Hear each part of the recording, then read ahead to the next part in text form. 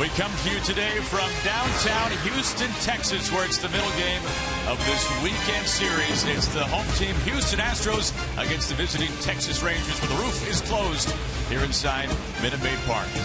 Well, how things have changed in the West for these two teams and for the division as a whole. We go back to July the 29th. The Astros were in first place by just a game over the Angels.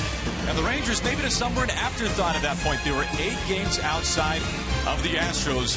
But the Rangers' resurgence has been remarkable. They've won 8 straight in a row against the Astros, including a somewhat recent 4-game sweep in Arlington that featured a blowout win and a walk-off win as well, which gave the Rangers a 4-game cushion, advancing them 4 games in 4 days over the Astros, and they've padded their lead since. As we take a look at the current standings in the American League West, the Rangers suddenly in first place and somewhat comfortably almost a 5-game lead over the Astros. So glad, as always, you can join us for Fox Saturday Baseball. Aaron Goldsmith alongside Tom Verducci. And Tom, if you go back to the end of April, these Texas Rangers, they won only 7 games. They had the worst record in the American League. What has happened to the Texas Rangers? Well, it's a different team. There's nothing subtle about what they've done. They're about as subtle as a 12-ton steamroller. Not only the hottest team in baseball in September, they've scored the most runs. And no surprise, they're being led by veteran hitters in the middle of the lineup when the games count the most. 2, 3, 4. Shin-Soo Choo, Prince Fielder, Adrian Beltre have been on fire. The task for Colin McHugh, Astros starter today, keep them in check, especially early in the game, because they have been jumping on opponents. Meanwhile, for A.J. Hinch and his Houston Astros, this was a team that really nobody expected nearly this much from so far this year, especially late in the season. They've been in first place for over 130 days this year, but suddenly things are starting to tighten up a little bit in Houston. Well, let's be honest here. This is a tight team. They are pressing. They showed it last night on the bases, defensively, and the way they chased outside of the strike zone at the plate. A.J. Hinch thought for the division to be in hand, they needed to take this series. That makes today a must-win in terms of the division, but as he said, a win, more than that, that would be a collective exhale for a team that really needs one. So a win today for the Texas Rangers would secure a series win. A win for the Astros would set up a chance for an Astros series win with the rubber game tomorrow. It's Colin McHugh, Derek Holland, Fox Saturday Baseball from Minute Maid Park coming up next. And that's how he's feeling right about now. It has been a remarkable turnaround for Jeff Bannister's Rangers in his first year in Arlington, Texas. They've won 4 in a row, and we'll take a look at Bannister's starting lineup. It will lead off with that man, Delino DeShields. Who saw this coming from DeShields? 24 steals. He's hitting over 260 and has really been the catalyst at the top of the lineup in recent months for Texas. Shin-Soo Choo maybe played his best baseball in Arlington. Then it's Prince Fielder and Adrian Beltre. Mitch Moreland having a career season. Rugnan Odor has been exceptional since being recalled from AAA Round Rock. Elvis Andrus. Josh Hamilton. This is a bit of a story. Tom Hamilton is in the lineup for the first time in a long while. Had his knee repaired. First time since the middle of August in the starting lineup. And how about that in the 8th spot? The second time in his career. The first time as a rookie back with the Reds in 2007. And we take a look at Colin McHugh, who for a while there early in his career it was Colin McHugh. And now people are getting a better idea as to who this young man actually is. Well, everybody knows about the cut fastball. It breaks so much, a lot of people will call it a slider. 5 lefties in the lineup against him, but actually he has reverse splits with that cutter on the hands of lefties. Much tougher on lefties than he has been on righties. Defensively behind McHugh, remember the Astros, they shift all over the place, so what we are about to see as to where guys will line up, well, that might not necessarily be the case once we get into the flow of the game, but it will be Castro behind home plate, Altuve and Correa up the middle. Marisnik covers all kinds of ground in center field. Lowry began the season at shortstop, now at third base with the emergence of Correa and George Springer in right field. And here is Delino DeShields, his last 6 games, 10 hits. And when he gets on base, it seems like more times than not he comes around and scores. And McHugh gets things going with strike 1. To be exact, that number is 48%, which actually leads the American League. So the job for McHugh begins right here. Keep him off base. It's an 0-2.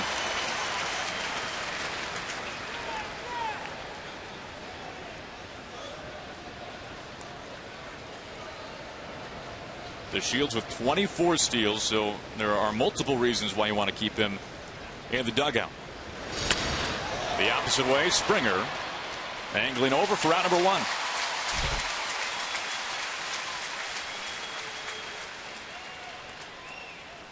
Now the Rangers have won 4 in a row. They've won 10 of their last 12 games. We mentioned earlier, at the end of April, Texas was 7-14. Since then, the only team in baseball that has won more games than the Texas Rangers, the St. Louis Cardinals.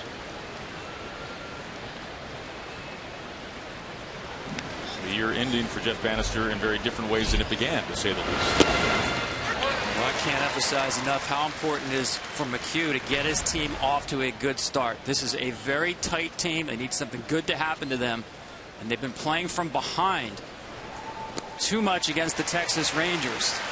The last 4 times they've played, it's been 4-0 after 1, 6-0 after 1, 3-0 after 3, and 3-0 after 2. Can't play against anybody uphill, especially against this Texas team being so hot. They appeal down to third base, but he does not go. Well, something A.J. Hinch was telling us earlier this morning. It seems like by the end of the 3rd inning, all of a sudden, the Rangers are leading 3-0, 4-0. And when Texas scores early, this has been a theme for the Rangers. They've won 13 in a row when scoring in the first. 2 quick outs as Tom, we take a look at our keys to the game, brought to us by Ford. Well, I want to honor the memory of the late Yogi Berra, and let's do it with, borrow from his dictionary, we'll put it that way. The Texas Rangers, it gets late early. Talked about how quickly they get out. They've won their last 13 games when they've scored first. And for Houston, no typographical errors. Play a clean game.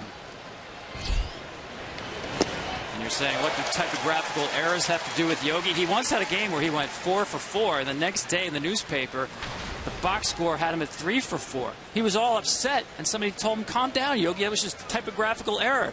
He said it was not. That was a clean base hit up the middle. I can believe he said that. Speaking of up the middle, Marisnik, a long way to go for it. No chance to get there. And Fielder, who enters today 5th in the league in hits, a 2-out single. Just a strong man fighting off this cutter in on the hands. It's right where McHugh wanted it. Just parachutes into the grass in left center field. Now this is where the Rangers were last night in the 1st inning, Aaron. 2 outs, nobody on base. And they couldn't hold down this combination of Beltre and Fielder. Now Beltre has become the RBI man this month for Texas. 25 RBIs in September. That's over a third of his season total.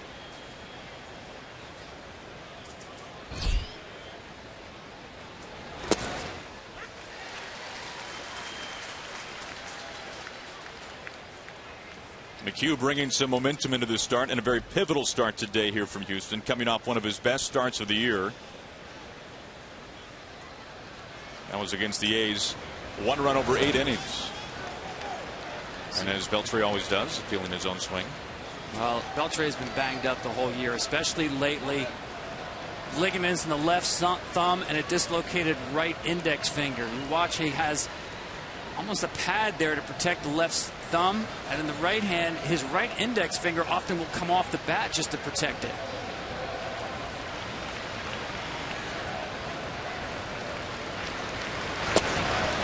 Jeff Bannister telling us he has never been around a more tough-minded player than Adrian Beltre. High praise. High praise, and if you've seen Beltre play over the years, not surprising praise either.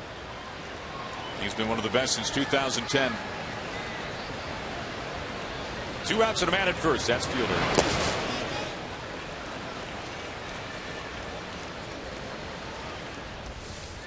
Yeah, there's the left. I think I might have said the right index finger. Left index finger. He actually jammed that on a slide recently into third base. Dislocated it, actually popped it back in himself, but that is still not right, as you can see, leaving it off the bat.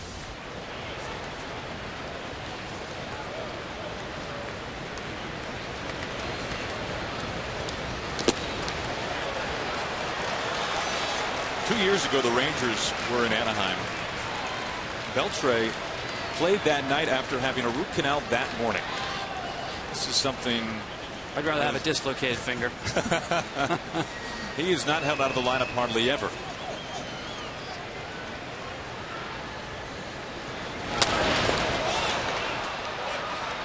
This is what Rangers have been doing all month, just grinding out at bats. Beltre getting the count full, and we've seen McHugh now with each batter with 2 strikes going to the 4-seam fastball. That's the biggest difference for me, Aaron. You mentioned that when he first came up with Colorado and the Mets, he was more of a sinker ball pitcher, 2-seam fit pitcher. But now the 4-seamer complements his big breaking ball much better. And he tries to bend that in. Instead, it puts 2 on with 2 out. And he got the Shields to fly out to right early in that bat. Chu a strikeout. Fielder a single, and now a walk to Beltre. Yeah, for McHugh, 3-2 breaking ball. I get it, because normally you can wake him up from a nap and he'll throw that pitch for a strike. Just didn't have the feel for that one right there. And let me tell you, it doesn't get any easier now with Moreland coming to bat. Mitch Moreland having a career season, a career high in hits and RBIs by a lot. Most doubles he's hit in his career. If I'm Moreland, I really have to look now for that cutter in on the hands.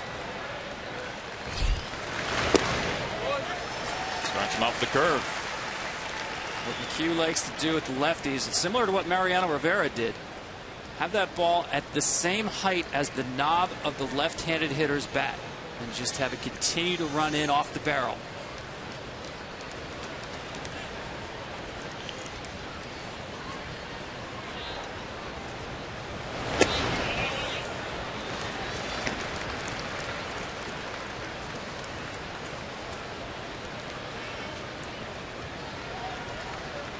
Moreland trying to extend a 6-game hitting streak.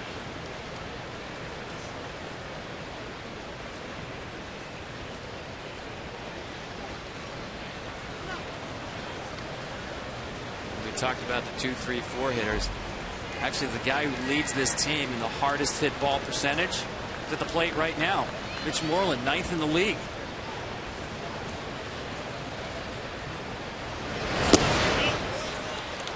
That would surprise a lot of people when you just look at the lineup of the Rangers. You think about guys like Beltre and Fielder, you would think that they would be among the league leaders.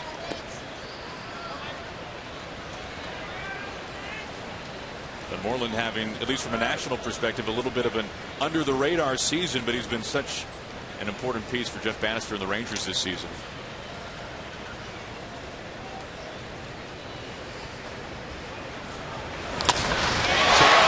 Away, a lot of thump behind it. Marisnik can't get there, and the Rangers yet again will score early in the 1st inning.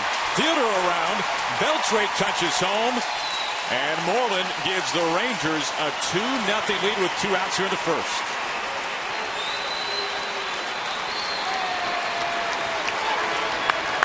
Two games in a row now. 1st inning, 2 outs, nobody on base, and it's rally time for the Rangers.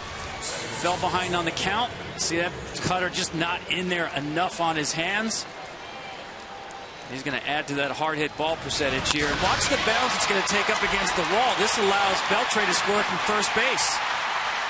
Marisnik goes down. The ball goes up in the air. Buys him a few more steps. Not even a throw at the plate.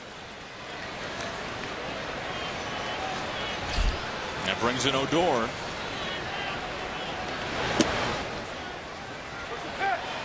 Now, we touched on it earlier. The Rangers have won 13 straight when scoring in the 1st inning. And over the course of this 8-game winning streak against the Astros, they've scored 22 runs in the 1st.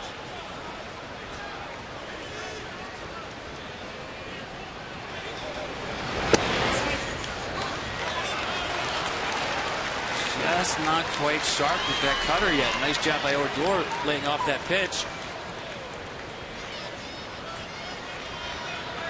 This inning already has turned into a grind for McHugh.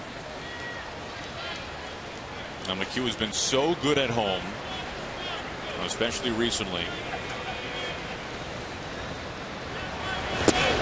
That's really saying something for how much of a hitter's ballpark this is. We take a look at the last 5 meetings between these 2 teams. The Rangers have won all 5, and the numbers give you an indication as to why, Tom. 39 runs in those 5 games. That'll do it. And the Rangers have done such a good job remaking their bullpen You know, scoring those runs early makes them an even more difficult team to come back against.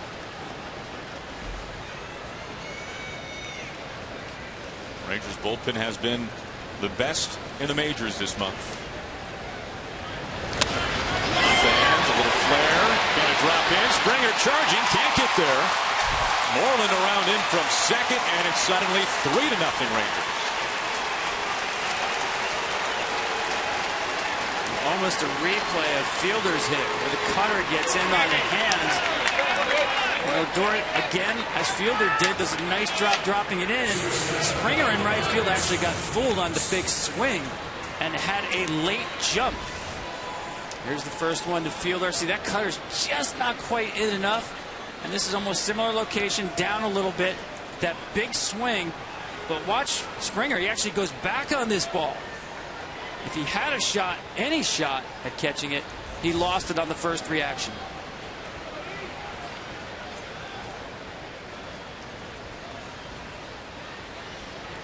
Now 4 straight Rangers hitters have reached with 2 outs.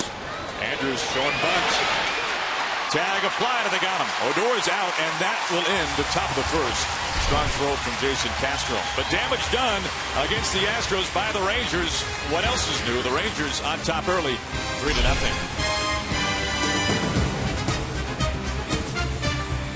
Today, before the Astros can even step to the plate, 14 runs combined in their last 6 games, coming in the first inning against the Houston Astros. So Houston will be playing from behind early on here today, and they will lead off with Jose Altuve, simply put one of the best hitters in baseball. Springer, and then the sensation, now 21 years old by just a few days, Carlos Correa, Lowry, Geddes, and Gonzalez, and then of course big Chris Carter, Castro doing the catching, and Jake Marisnik batting ninth in center field. And as we take a look at Derek Holland, the 28-year-old lefty who started very well, Tom, after coming off the disabled list. Lately, the fastball command has not been there.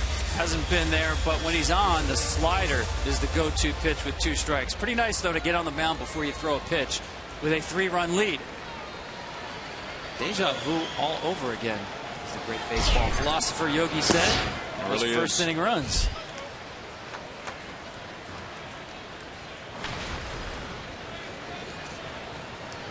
Now, there was some question as to whether or not Altuve would be in the lineup today. Watch out, right back to Holland. Odor, strong throw, and Holland at the tower bus. Yeah, not only that, this ball hits his hand. He gets his pitching hand up there. That's just a reaction, obviously. You don't want to do that as a pitcher, but the ball hit to his arm side. Natural reaction. Protect yourself.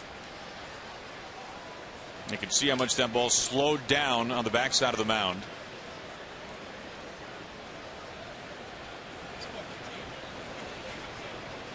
You can see the look of concern on his face right there.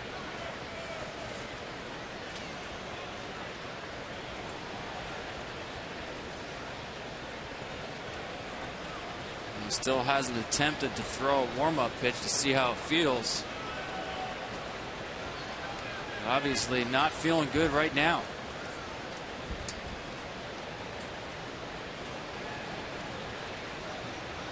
Well, that is the concerning thing. Normally when you see an injury of any kind to a pitcher where they think they might be able to go, it's very shortly thereafter you see him up on the mound. This is right back at him. The hand goes up. It looks like it clips the fingers.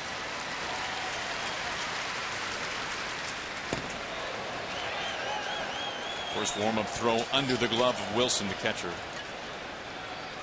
You know, at this point, even if everything is okay, you wonder if he still has the usual feeling so soon after getting hit. That ball was scorched. Now remember the storylines with Holland. He was developing into one of the best lefties in the American League when all of a sudden the injury bug bit, and it bit hard. Knee surgery, having to miss almost all of 2014, and then this year started the home opener against the Astros, fared 1 inning, and then missed 4 months because of a shoulder injury. You know, when he pitches, he wears a heart rate monitor right on his chest. I'd love to know what the readout said when that ball was on the way back to him. First pitch missing to Springer. I asked him about that. I asked him if that was a preventive measure for any kind of medical issue. He said no. I always want to stay calm and relaxed, and that gives you factual feedback. Was he able to check that during the game? How was he getting the information? That's a new one.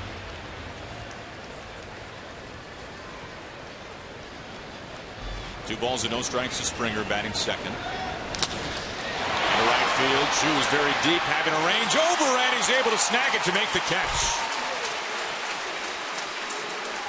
Long way to go for Shin-Soo Choo. And Springer is robbed by his counterpart in right. He's shaking his hand because he squared this one up. His head, Choo runs it down, got a good, nice break on the baseball. And you can see he was shaded over a little bit towards the gap in right center. Nothing Springer can do but peel into the dugout.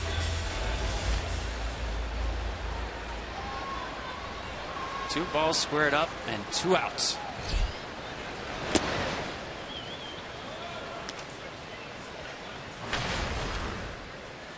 And we mentioned Correa just turning 21, still the youngest position player in the game. And he hammers this high. This is mashed by a ton. It might break some glass.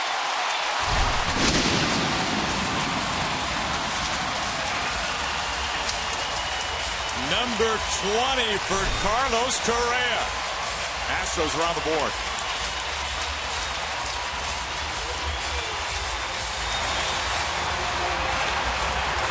To me, like the first time since he got hit by the line drive from Altuve that Holland went to the slider, the field pitch. That was a nothing slider. Really with no break on it, hung up at the top of the zone for Correa.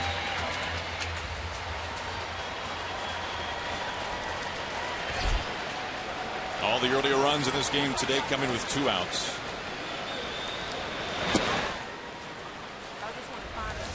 Watch the location of that pitch. I mean, there's no movement on that ball at all. It stays up in the zone. You want it down anyway, but up with no break. Now that is an historic swing for Correa. We mentioned home run number 20. That ties the Astros single season record, home run record by a shortstop. You got to go back to Dickie Thon when he thumped 20.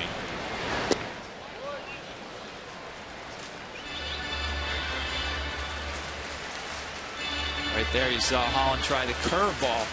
No success with that spinner either.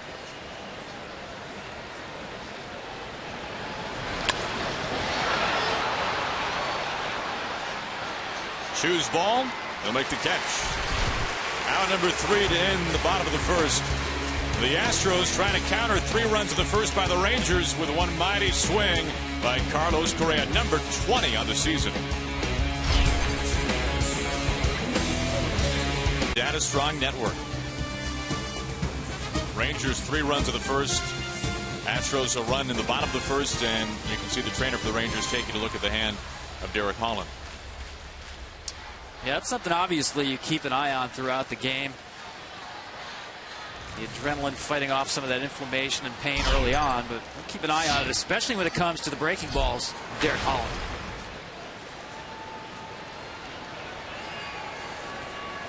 Well, John Daniels, the longtime general manager for the Texas Rangers, there's no surprise in town for this series.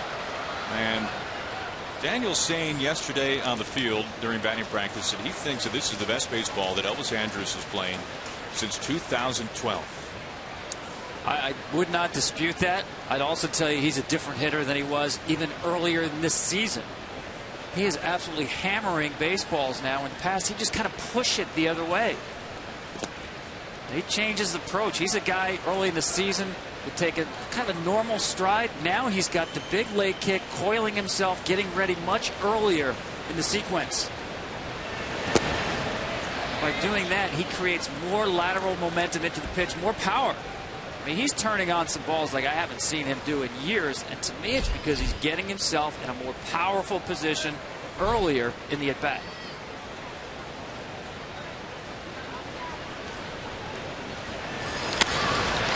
This is cracked left center. Marisnik ranging. Hit it deep, but not deep enough, especially here. Andrews is out number 1.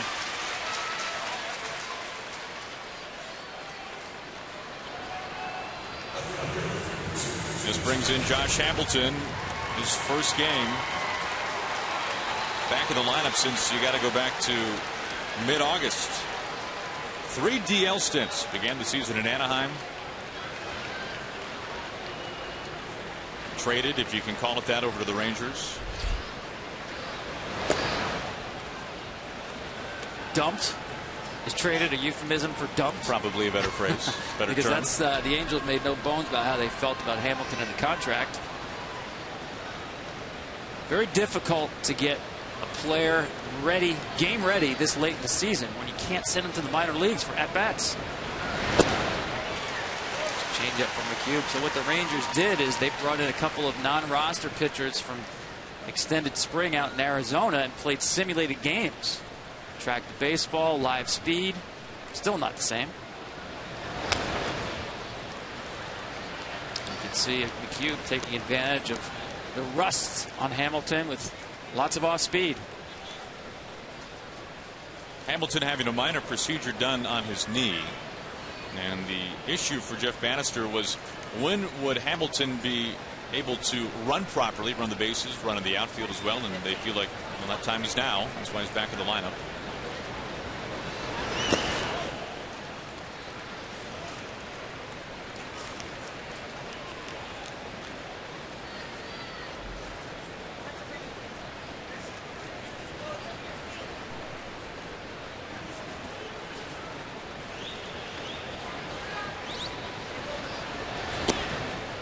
Full count. Yeah, and even with all the rust, still a threat. See McHugh here now. He went to the 2-2 changeup. Did nothing but breaking balls and changeups throughout this at bat.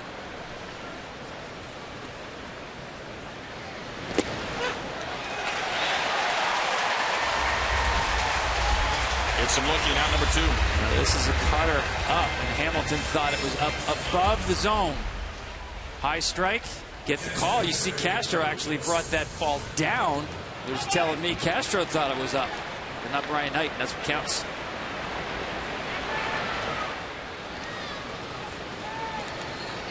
That brings in Bobby Wilson, the catcher, batting 9th.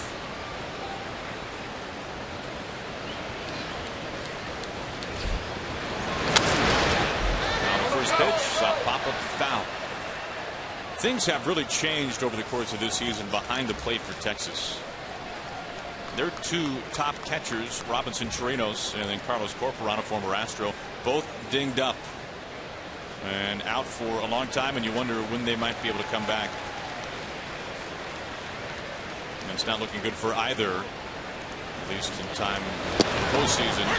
So for now, it is Jimenez and Wilson. Jimenez has been fantastic. If you look at the win-loss record behind home plate, 23-4, but Jimenez on the bench right now with Wilson getting the start. I'm not even going to try to explain that, Aaron. 23-4? My goodness, got his first career triple last night. Really nothing, Tom? You got nothing there? I could make something up, but that is unexplainable in any kind of logical manner. 2 outs, bases clean.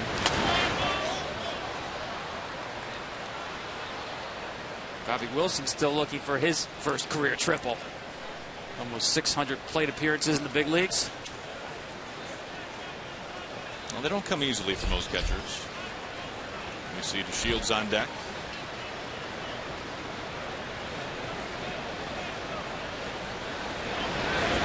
It's some waving. And after McHugh cocked up 3 runs of the first, he mows to the bottom third of the order. 1, 2, 3 at the top of the second. Everywhere, October 9th.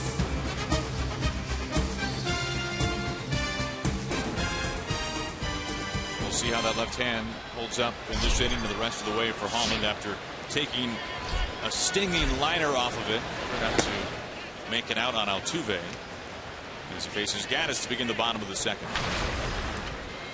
I was watching Derek warm up there between innings. Threw only 1 fastball. Everything else, changeups, curveball, sliders, still trying to get feel for his off-speed pitches.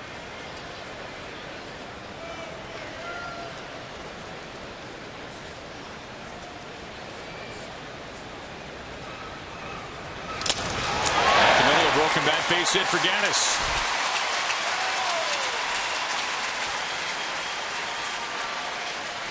Now we are long overdue. It's time to check in with the third member of our broadcast team. Let's go down to the field and check in with Ken Rosenthal. Guys, Astros manager A.J. Hinch is in a tricky spot as his team continues to slide in September. He wants to stay positive. He wants to stay consistent. He doesn't want to convey panic. But he has met with the team twice this month. And basically, his message was this: you guys have accomplished an awful lot. You can accomplish a lot more. The danger for the Astros is that one bad month can make everyone forget the first five. No, you're right, Ken. It was pretty interesting, Tom, to hear A.J. Hinch talking about that, because the team meetings are something that you kind of have to choose your spots on as a manager, it seems. But this is a month to do it. Yeah, but here's my issue, Aaron. The manager does have to have those meetings, I get it. But really the most impactful message is peer-to-peer. And that's what the Astros are lacking. They're lacking a veteran presence in that clubhouse who can gather the team together and stress all the things the manager would say. It's just different when it's one of your own. And A.J. admitted they don't have that guy yet. The core of this team, best players, are all very young. You know, he mentioned Luke Gregerson and Chad Qualls as very influential members of the bullpen who have strong voices, but it has to be an everyday player. Big difference between these two teams. Easy play for DeShields. Now, meanwhile, you look in the other dugout, and the Rangers do have those guys. Yeah, they really do. That guy right there, we talked about how tough-minded he is, always in the lineup, but always got a smile on his face as well. And fielder as well. I think what he's done offensively this year, almost changing his game a little bit to suit this team, more of a gap-to-gap all-fields hitter than a pure pull power hitter. Those messages resonate as well, but guys in their 30s, been through the wars, it does help to have them around. 1 out, 1 on. That's Gaddis with the single, and now that brings in Chris Carter, the first baseman. Seems like Correa could be a guy like that, but maybe not when he's a few days into age 21. Yeah, no doubt. In terms of on the field, I think this team already looks to him to do big things. But in terms of commanding that clubhouse and having that strong of a voice, and much too soon. Definitely has the characteristics, the capability to be that player very soon. Carter ahead of Holland 2-0.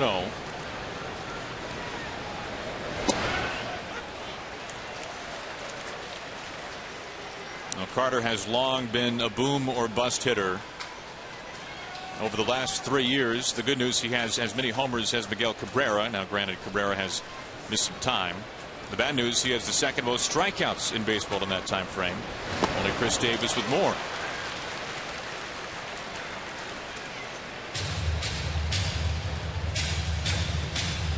And as a team, the Astros strike out more than anybody in the league. Only the Cubs, who are on pace to set an all-time record in strikeouts. Only Chicago strikes out more in the majors.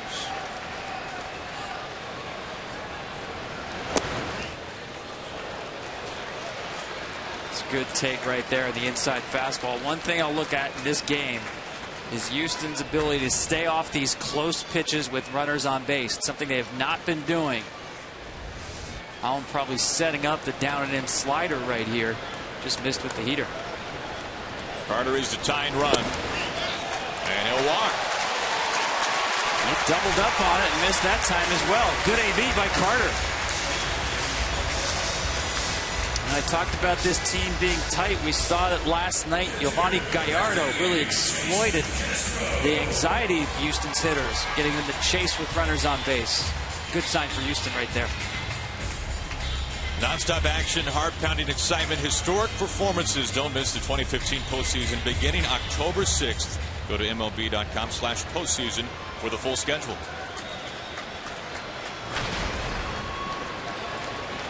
That brings in Castro, who suddenly represents the go-ahead run.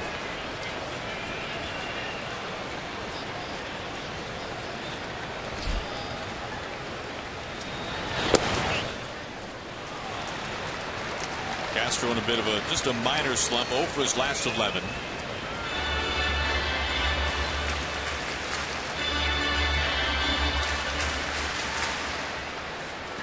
Spent some time on the disabled list last month.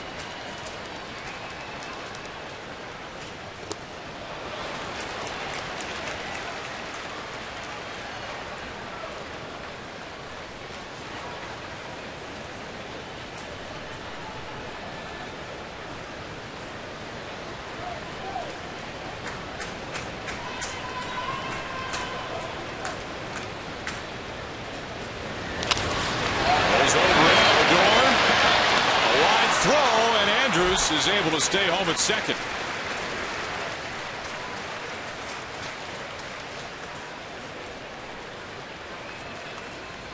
I'm not sure it would have been a double play because of the range, but that's an extremely confident second baseman right there. The spin move and the throw. And Andrews made a nice play to make sure that one out was in order, staying on the bag.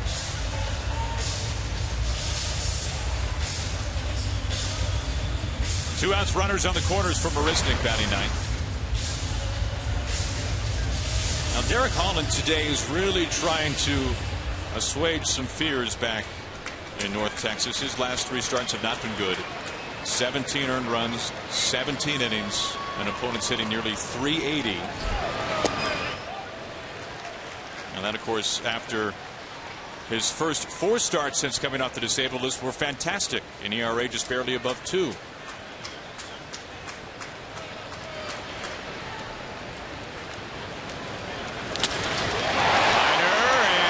Into the seats. Well, the issue with Derek has been the command of the fastball. Both 2-seam and the 4-seam. Hitters hitting .333 against it this year. And I know a lot of attention was paid midway through the game. His last start, the velocity went down. He should be around 94. And he was down about 2 or 3 ticks midway through the last start. But I think that's because he's trying to find the command of that fastball.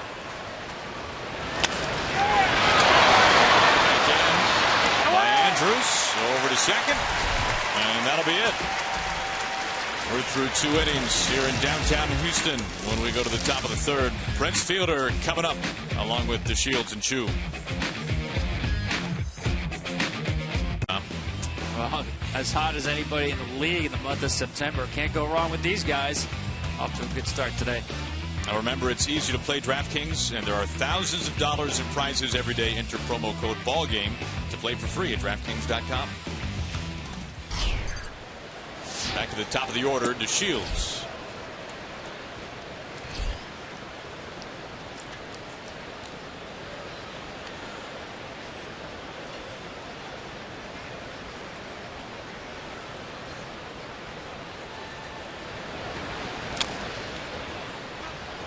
It was funny watching batting practice last night. You know how guys, they like to play a long drive competition during BP.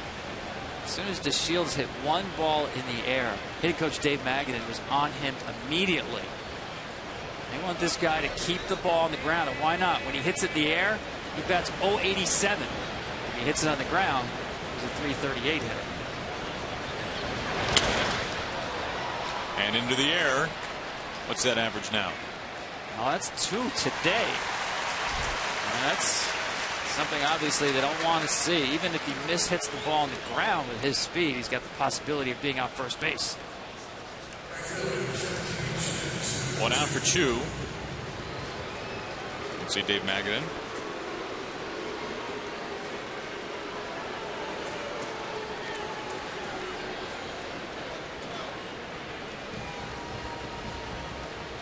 Last year was a disappointment for Chu in his first year in Arlington. Ended up having minor elbow surgery to clean out some bone spurs at the end of the season. This year did not begin well, and as they bring in Ken Rosenthal, boy, Ken, things have changed, and it sounded like it was one good conversation that really helped out. One good conversation with his wife, Aaron, and they talked to the All-Star break. She likened every person to a building and said that every building has a foundation. The opposite way. Back towards the wall, and this is an opposite field homer. Wonder what his wife has to say about that. It continues for Chu, a monster month. But Kenny, it sounds like what Shin-Soo Choo has learned is what we've all learned, that the wives are always right, correct?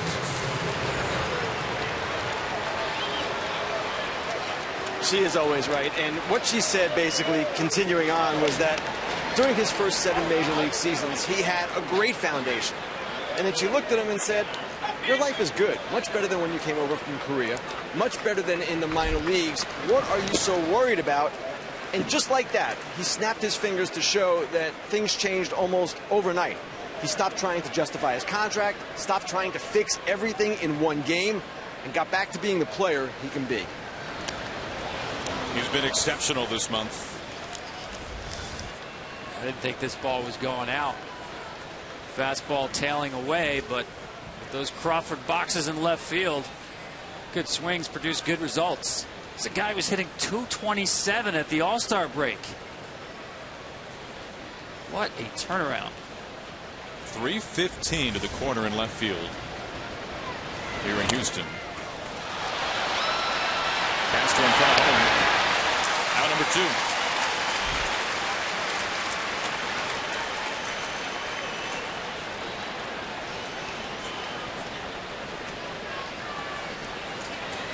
Now Chu is now homered in back-to-back ball games. He went to right field last night.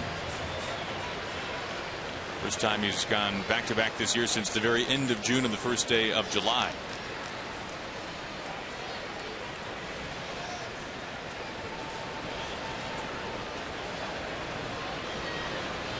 Beltre climbs in with 2 outs.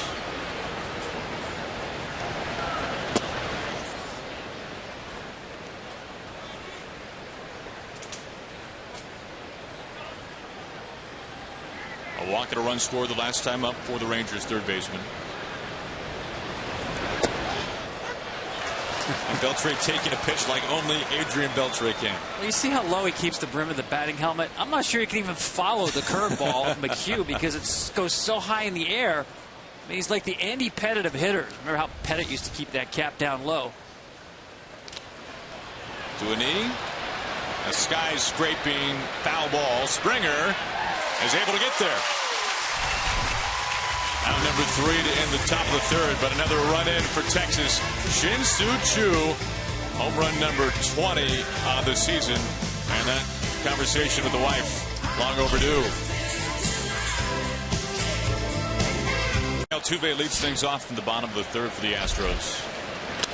Jumps on the first pitch. He does this better than almost anybody. Doesn't have enough. It is gone.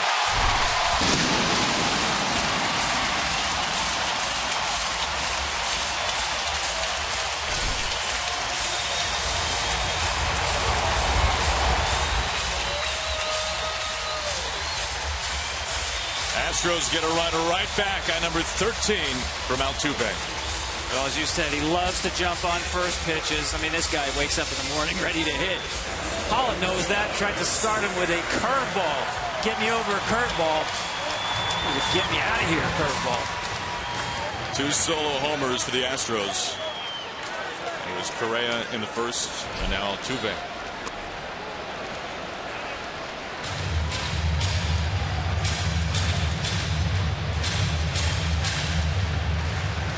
Only the Blue Jays homer more often in the American League than the Astros.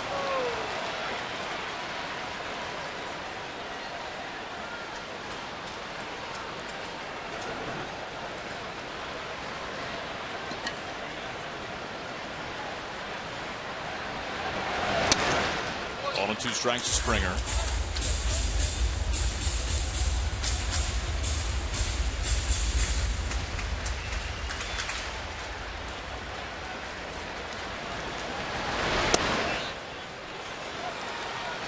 Derek Holland wanted that. That's exactly where he loves to throw that 2-strike slider. Ball was in a little bit. Hits the target. That ball's in. Watch his reaction. Can't believe that. You can see how far in Wilson's set up. Off the hands and off the glove of Beltre.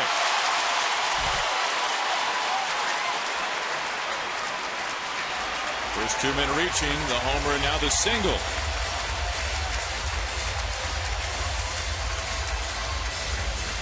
Here's the curveball to Altuve. Goes down and gets it.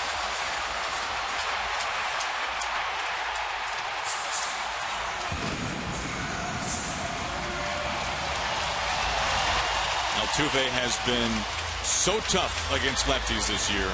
Second highest average against southpaws in the majors. 376 entering today, and those numbers bearing some proof for Altuve here in the third.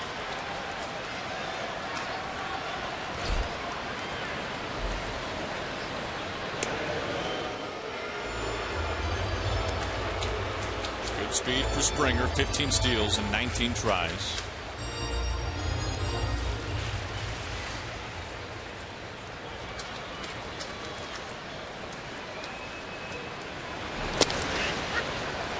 Well, for Correa, that home run back in the first, number 20 on the season.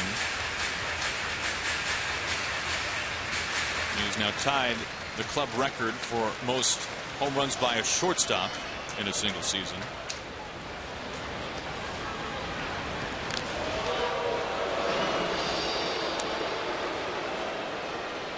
Got to go back to the 80s, the early 80s. Dickie Thon for the Astros.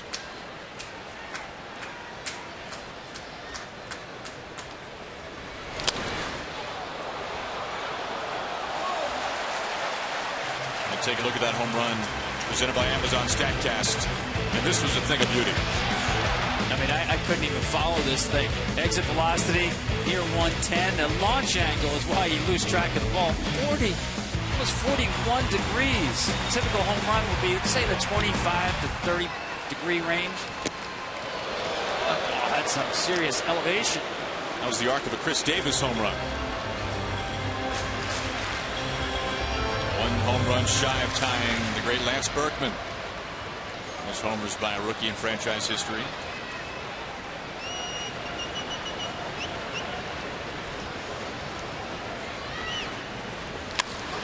Liner to the Crawford boxes, and it's home run number 2.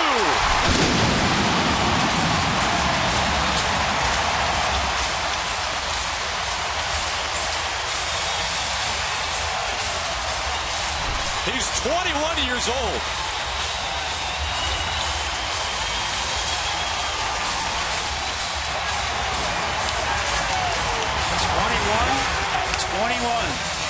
Amazing.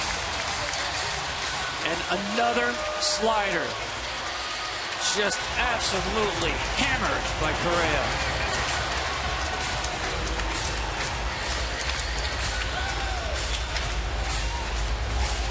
That will require a talk from Mike Maddox, the pitching coach.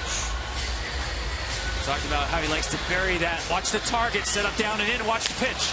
Hanger again. He will make you pay if you make a mistake like that.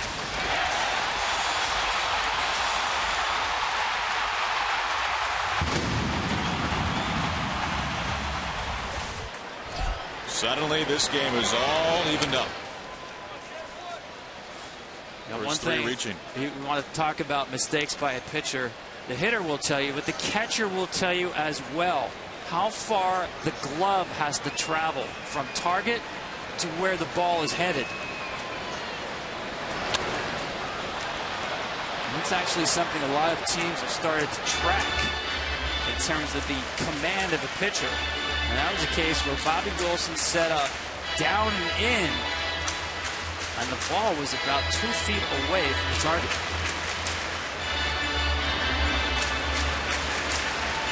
Maybe a new metric. You know, how much we're due for a new one. Distance traveled by the catcher's glove.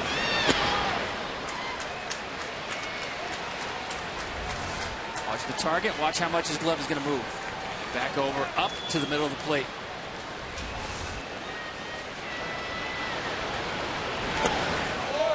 Two and two.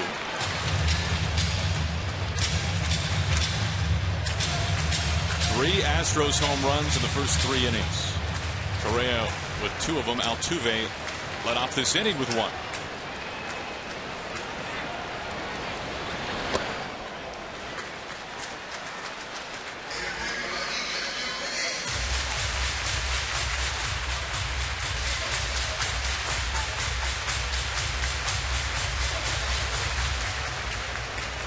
Altuve got things started for the Astros in this third.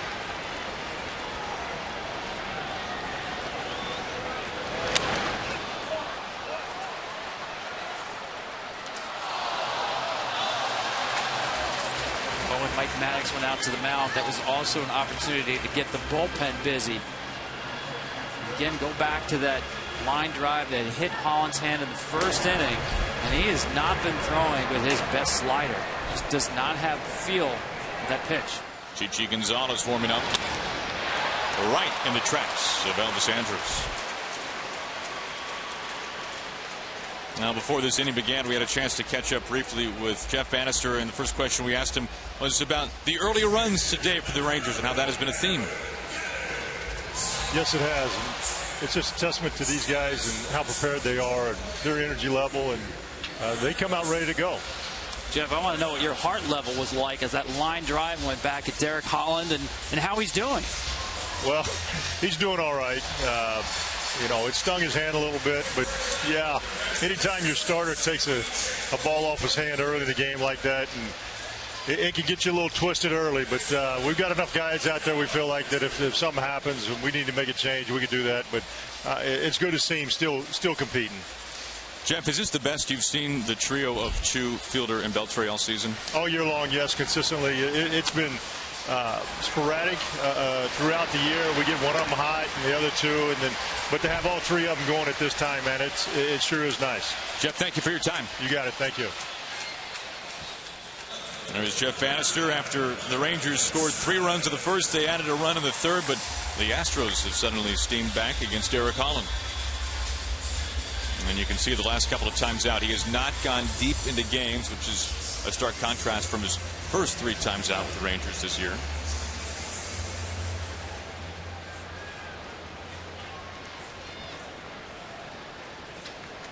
Marwin Gonzalez standing in for the second time.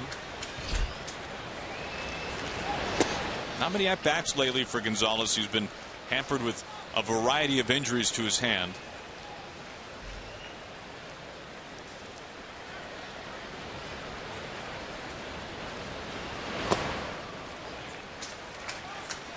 Well, the Astros hoping to get Carlos Gomez back in the lineup as soon as tomorrow. And they can run that outfield out there of Gomez, Springer, and Marisnik or Rasmus. It's the left side. That would be a great defensive outfield. Now Gomez has missed some pretty considerable time with a rib injury.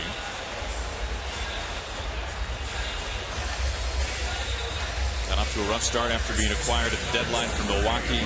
Started to put things together a little bit, it seemed like, and then was struck by the injury bug.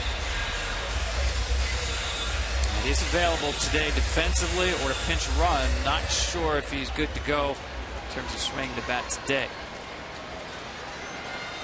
2 outs, a man at first for Chris Carter.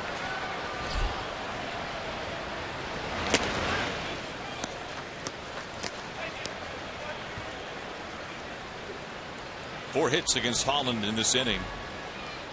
2 over the first 2 frames.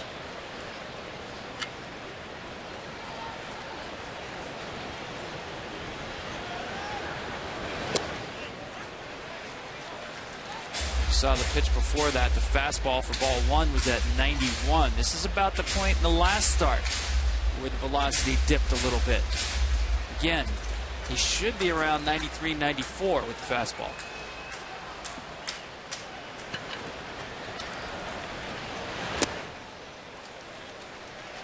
Now, you were talking about this earlier, Tom, but maybe a situation possibly where Holland is trying to sacrifice a little velocity for a little more command. That is what Jeff Bannister told us could be the case, but the 2 fastballs he's missed here at 91 have both been upstairs. And that's the issue. He's not been able to drive that downhill.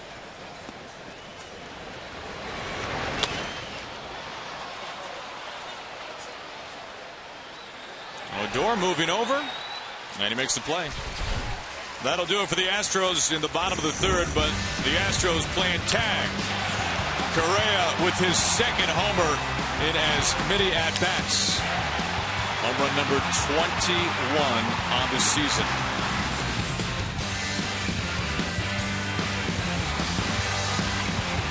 The fourth, and it's a real pleasure to be joined by A.J. Hinch, the first-year manager of the Astros from inside the Houston dugout. All right, A.J., we're going to play a little fill-in-the-blank. We've seen Carlos Correa go 2 for 2, 3 RBIs, 2 homers. He is setting breaking records, it seems like, with every swing. Carlos Correa is Exceptional. He's a great player, man. He really knows the moment. He's under control. He's an impressive kid. 21 years old. Wow. Well, I remember going back a ways now to Chipper Jones, who as a rookie just dropped into the middle of the order for a pennant-winning team. But this kid's 21 now, AJ. Yeah, not my hardest decision I've had this year, put him in the middle of the order. It happened fast. I wanted to protect him in the 6 hole for about 2 games, and then the middle of the order it was. Well, we were talking with you earlier today about the importance of this game for your team's chances within the division. You entered today 4.5 games outside of Texas. Tell us the mood swings that have been going on amongst the coaching staff of the players and what has been a really remarkable game early on. Yeah, no, the first inning we had 2 outs and 1 strike on Prince Fielder, and the next thing you know they get 3 runs. They're an explosive team, but we were a resilient group, man. We're not going to give up. We've got 18 outs left to score more runs than they are. I like our team. We're going to fight to the end. Well, take us inside the dugout, if you will, AJ. Once you get punched in the mouth with 3 runs, top of the first, what's going on in there? What's being said? Well, you want to answer back. I think that, Altuve hits the ball, bullet up the middle. George gets a little bit unlucky, and then Correa hits the homer. So we had 3 balls hit hard, 1 run to show for it, but we did stand up for ourselves after a rough top of the first. So that's the way we roll around here. We're going to fight to the end, and I do like the resiliency in this group. Here's Odor with 1 out. The same, I think, would apply to Colin McHugh after giving up the 3 spot. What have you seen from him since? I think his stuff is as good as it's been in recent outings. His finish pitches are pretty good. I think that the 2-out rally that they put together, 4 base runners in a row, is always tough to come back from. Then he settled in nicely. Chu put a good swing on it, and we find ourselves with a new ball game with about 2/3 of the game left.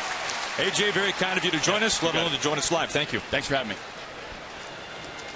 Well, we've had a chance to talk with 2 managers who, Tom, are very much in the mix for American League Manager of the Year at this point. Oh, couldn't be more impressed by both of those guys, and give thanks to AJ for coming on with us live there in the middle of the inning. I could just imagine when he sat down for the interview for this job. I mean, I'm sure he just knocked over Jeff Luna, everybody in the Astros front office.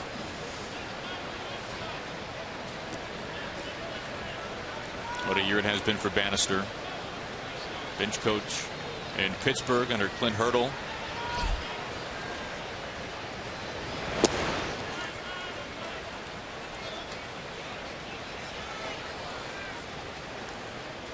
Two quick ground ball outs, and it brings in Andrews.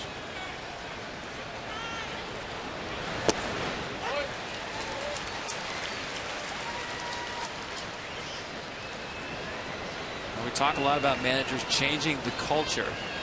That sounds like a buzzword, clubhouse, but in this case I think there's some tangible things that Jeff Bannister has done, especially when it comes to pitching and defense, some of the philosophies of Pittsburgh that he's bringing over here to Texas. And yeah, definitely we're looking at 2 of the real main candidates, American League Manager year in this game today. And how about John Gibbons in Toronto? Well, he's a Texan, a San Antonio native.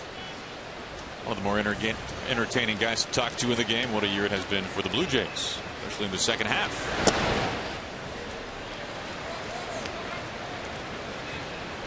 A lot more defensive shifting Texas does this year, trying to throw more ground balls. That's the stock and trade of the Pirates.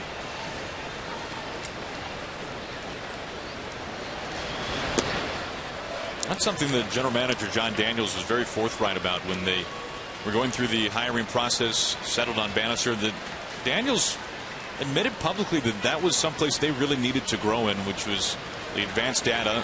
He said that they've come a long way from where they were before Bannister came on. And you can understand why. This team, people might not remember, I'm sure Texas does, worst record in the league last year.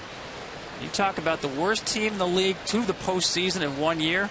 Been done only 3 times in divisional era. Cubs did it twice, and the Rays did it back in 08.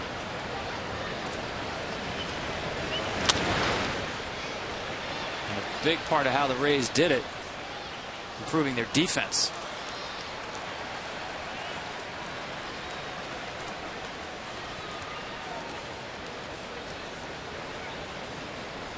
'67 and '95. That was the record of the Rangers last year. Dead last in the American League. They had a few injuries last year, didn't they? It was remarkable. Set the all-time record for most players used.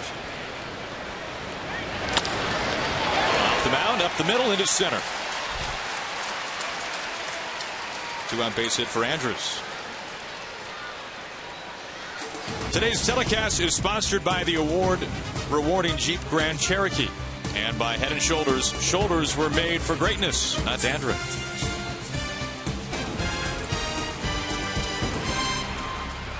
In fact, if you go back to last season for Texas, the record-breaking player, the 60th player used by the Rangers, was today's starting pitcher for Texas, Derek Holland, when he came off the disabled list late in the year. 60 players. I think 27 Yankees used like 23 or 24 all year. Hamilton with 2 outs and 1 on. You see McHugh staying soft on Josh.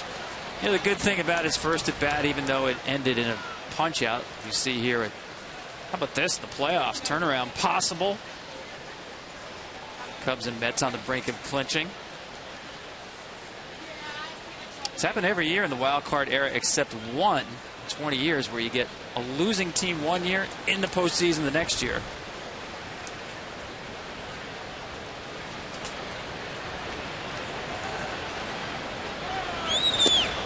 What I was saying about Josh, you see it again right here. Even though he punched out, he saw a lot of pitches. That's what he needs to do. It's just a matter now of the reps, seeing pitch after pitch.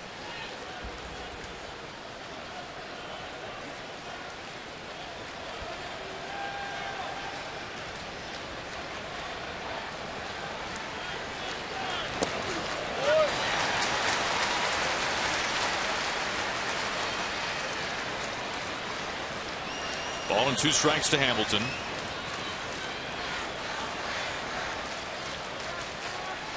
Andrews is single up the middle to extend this top of the 4th.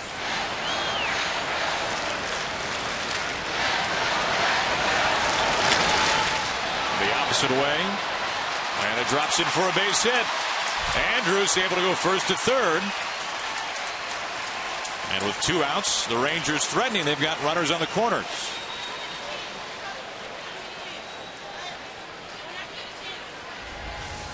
Fastball up, tried to sneak him by him with 2 strikes. And they shade Josh over to the left side in the outfield. Pole on the infield. That's a nice job dumping that one in. Good 2-strike approach.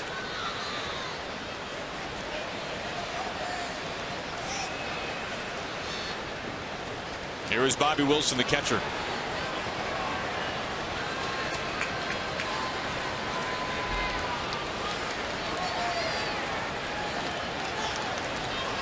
Wilson 5 for his last 34. And a first pitch curve from McHugh.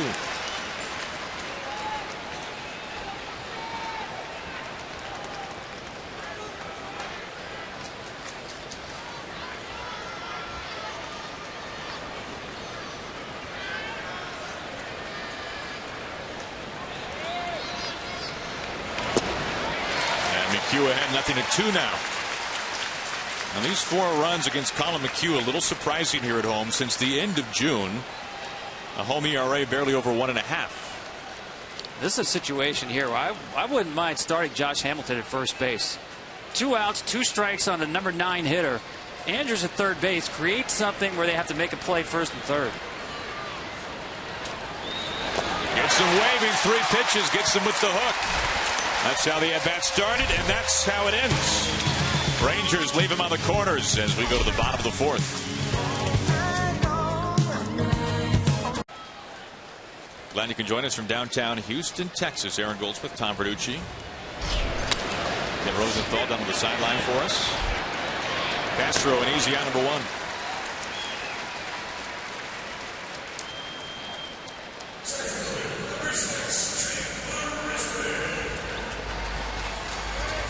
That brings in Marisnik.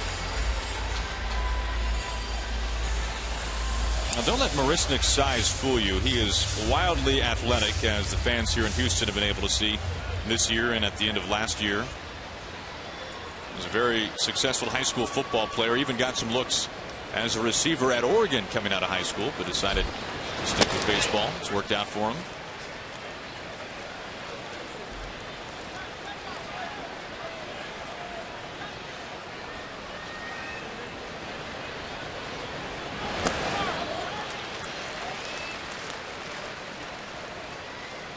Gets the curveball in to make it 0-2.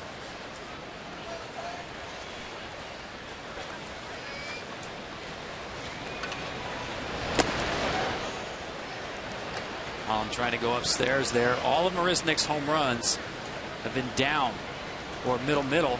Mistakes by pitchers, but better low ball hitter than the ball up.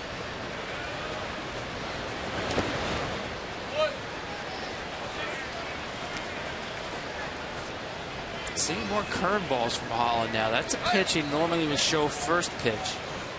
Generally, the 2-strike breaking ball is the slider, but again, home runs by Correa both off of sliders.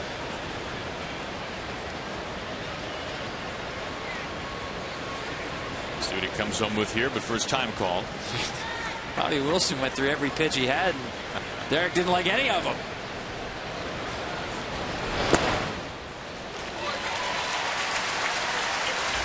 And he tried to go in with the slider and hit him there. Just barely got a piece. You know, the inside of the plate has been an issue for Derek Holland.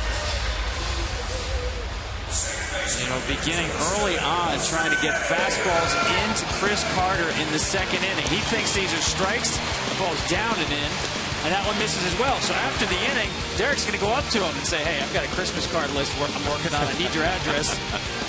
Third inning, he's going to go back in. Nope, that's a ball. Can't get that one. They say, well, where is it? Well, now I've got to come over the plate. See you later. We talked about fastball command. Today, to me, it's been slider command, especially trying to get in on right-handers. Jeff Bannister wants to know if this ball actually did hit Jake Marisnick. If it got him, it didn't get him by much.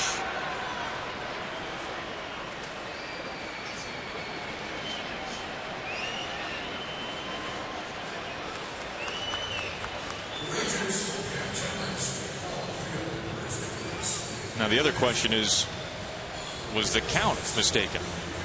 Because that would have been ball 3.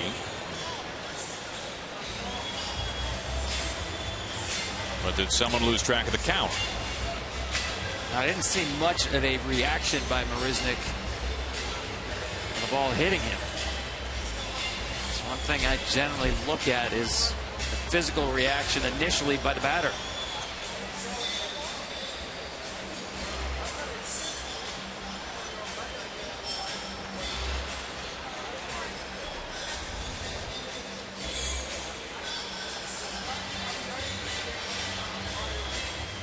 Look, there's no reaction by Marisnick. Maybe there is a little bit. Certainly didn't hurt. Not sure if he thought that was ball 4 or the ball hit him. Well, there's no doubt that if it did not hit him, that was ball 3. Would have been a 3-2 count.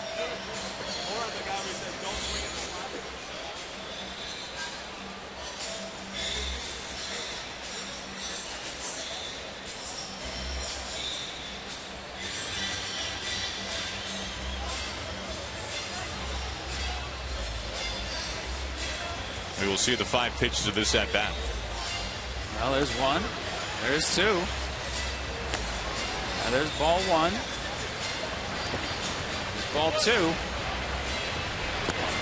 That's ball 3, but you saw the call that the ball hit him. No, that's a good angle. Mentioning that, calling the hit by pitch right there.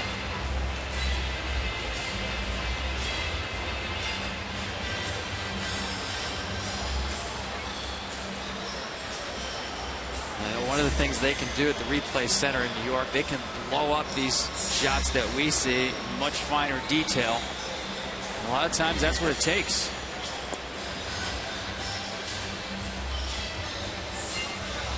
This is a very long look.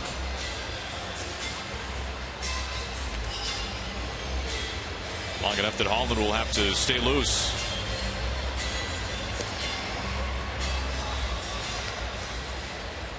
Well, if it hits him, it barely got a thread. We'll find out. And he's staying put.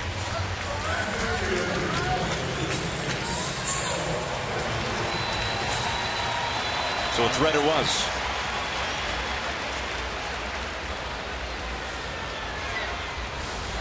But boy, if it hits his knee, that back knee, Marisnik, he's not that tough, is he? I think you're right. It must have just grazed the uniform.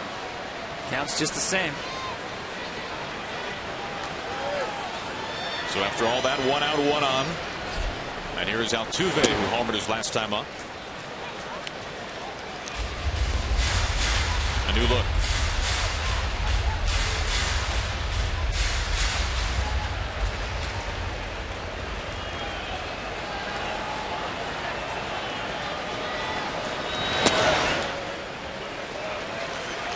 Altuve ahead.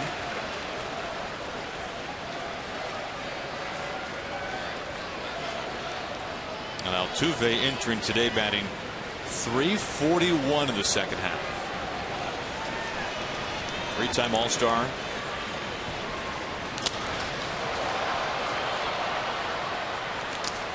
And for more on Altuve, we check in with Ken.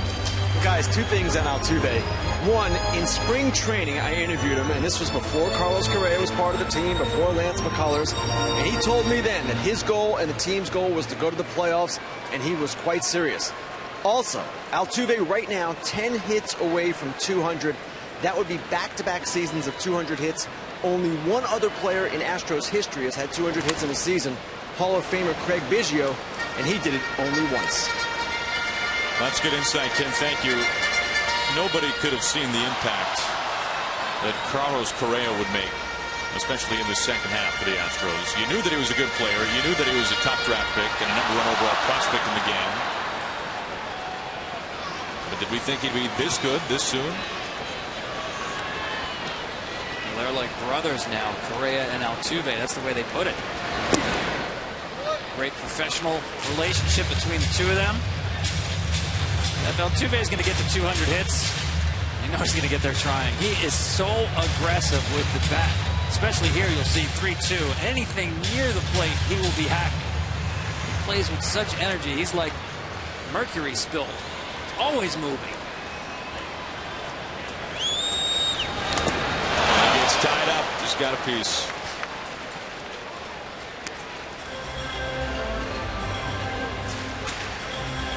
Confidence by the boatload. What that means is anything near the plate, he thinks he can not just hit it, but he can barrel it up. And oftentimes he does. Now going back to what Ken was saying about 200 hits, Altuve had 45 hits in 28 games last month.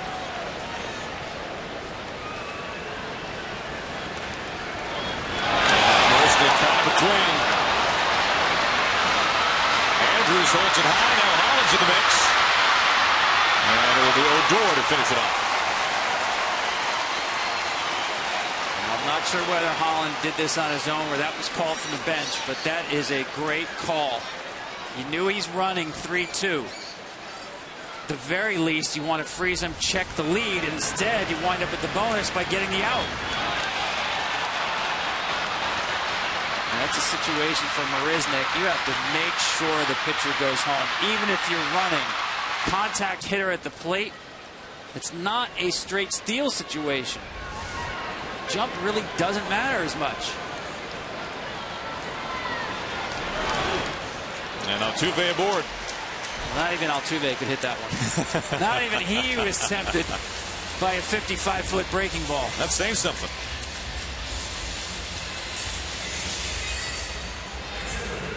An incentive 2 on and 1 out. It's the other way around. 2 down with Altuve at first base for Springer.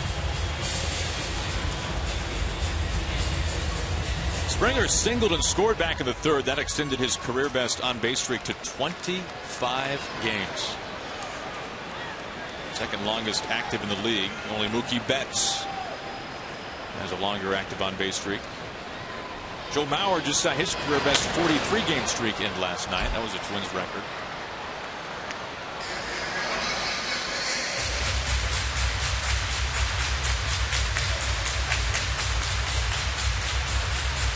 You know, lately the Astros running game really hasn't been in as high gear as it has been through most of the season. It's because they've run into a lot of left-handed starting pitchers. You can add Holland to the mix.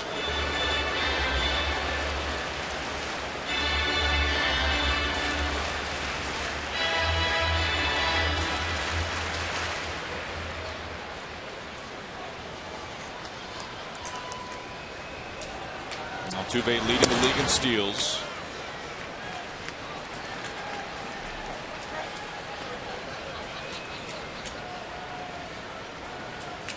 Holland, 28 years old, out of Newark, Ohio, just outside of Columbus.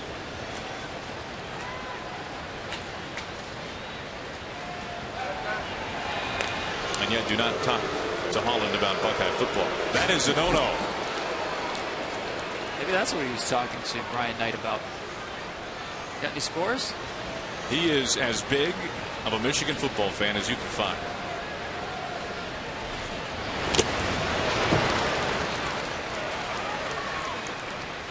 His disdain for the Buckeyes is, well, there's a very lengthy history to that, but he said that Ohio State actually had him come and try out for the baseball team, and they didn't want him, so that did not help.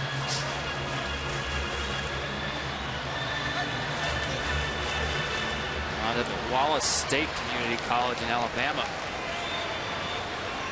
A pretty good pitcher by the name of Craig Kimbrell went through Wallace State.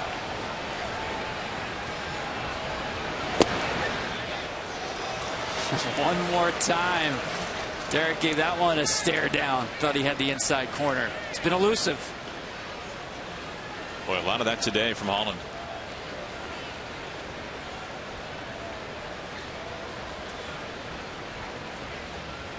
Two outs, Altuve at first, keeping an eye there. Yeah, he's just checking him at first base because Altuve hasn't looked runnerish over there at all.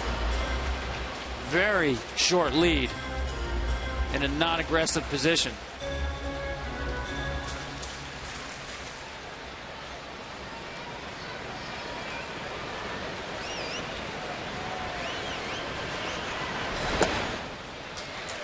Full count.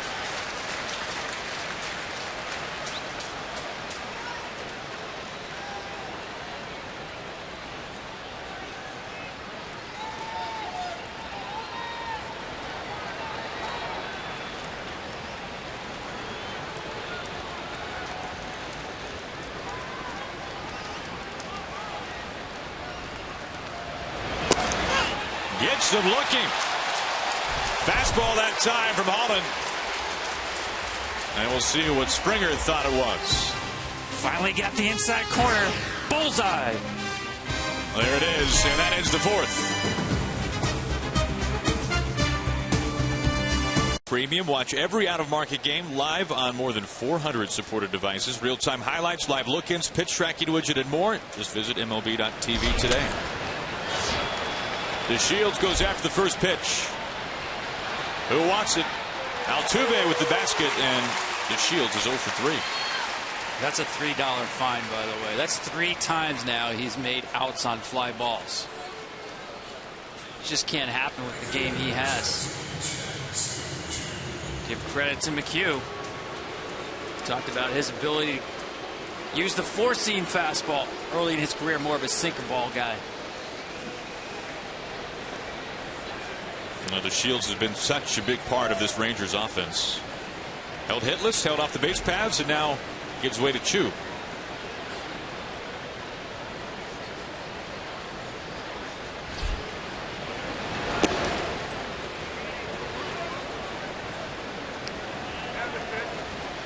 What an on-base machine he has been this month. 24 games he's been on base 59 times.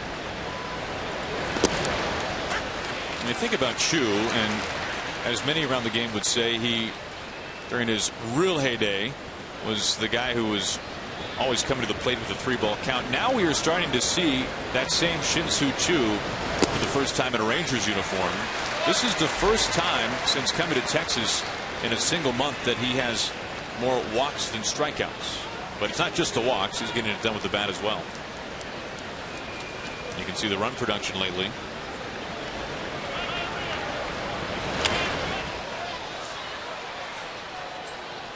Chu's second in the league in batting average since the All-Star break.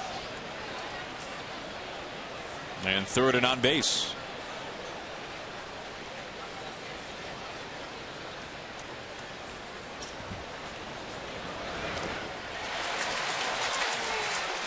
Somehow got a piece of that curveball. Even gets hit by a lot of pitches to add to that on-base percentage. That's right.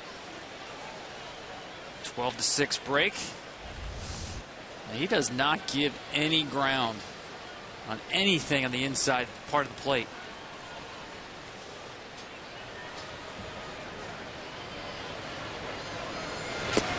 Watch out. You better get out of the way of that one. That's coming for you. You know, Ron Washington, the former manager of the Rangers, used to say he's a turtle that goes into a shell when the ball gets close. 2-2. And he gets rung up.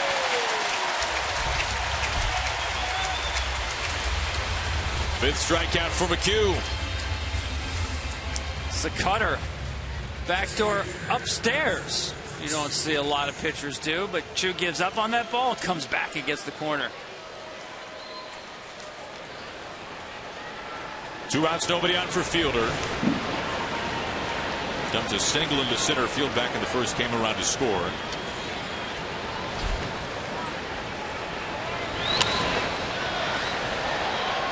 This season has taken various forms for Fielder. At the beginning of the year, we saw him going to left field time and time again. At one point had the top batting average in the American League. Then we saw that power stroke come back out to play for Fielder. Now over 20 home runs on the season. He's been pitched away. He's been pitched inside. They put the shift on for him like they do here. And again, like Hamilton, shift onto the infield, but the outfield actually shaded towards the left side. Fielder with 36 hits to the opposite field this year. That's a career high.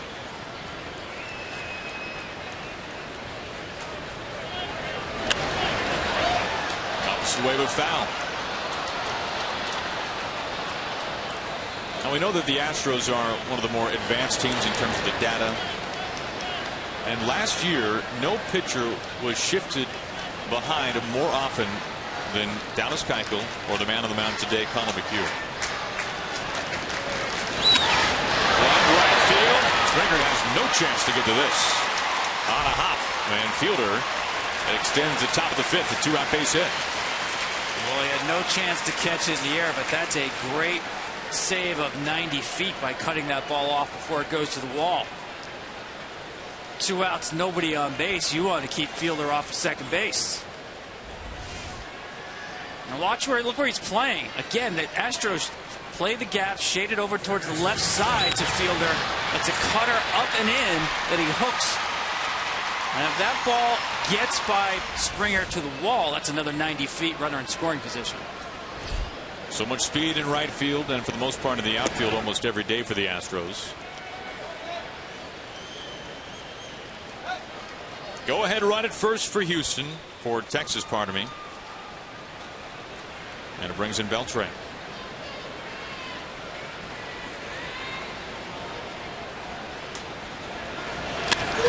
Club to center.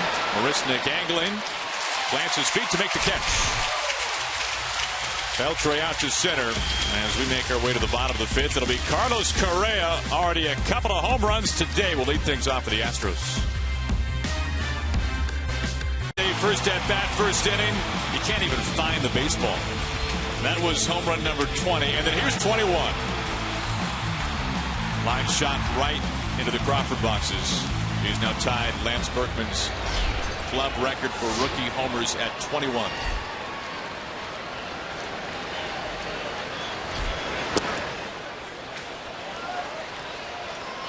Both home runs off sliders left up. Holland misses, gets ahead rather with the fastball down. And to center field, the Shields on a hop. It's a 3-hit day for Correa. His ability to hit a pitch hard no matter where it is extraordinary. Check out these 2 home runs. On the left, the pitch is going to be up and away, and on the right, the ball almost will hit him. It's so far inside. Look, it's squaring up. The bottom half is exactly the same, but look at the difference on the right. The home run off Colby Lewis. Look how far the hands are pulled in. That is extraordinary to hit a ball so far in and keep it fair. That one's right down the middle. It is extraordinary. Most guys, when they hit the pitch so far in off the plate, and that was about 8 inches in, they have to hit the ball so far out in front, they'll either pull it foul or hit it with topspin or hook spin. And you cannot drive a pitch out of the park that way. It's very interesting. Last year he talked about how he was unable to do that. And he was not driving the ball on pitches in. So he started a drill where he would put the batting tee directly in front of his left side. Now think about a tee not being over plate, but in front of the left foot. And his goal was to hit that ball into the gap in left field. It sounds physically impossible to do that. But it showed him how to keep his hands in, rotate the body, and still get the barrel far enough in front of him to drive the ball without topspin or with hook spin. And he's done it. Well, this really has been the year of the rookie, especially in the National League, but the American League too. And where do you see him fitting in right now in terms of American League Rookie of the Year? Well, listen, Francisco Lindor has given him his run for money, but again, I'll go back to hitting third for a team that's been in first place for 5 months. I think he's got the edge. Now, this is an incredible class because Osuna, at the age of 20, is closing games for a first place team. Correa, to me, is the leader in the clubhouse.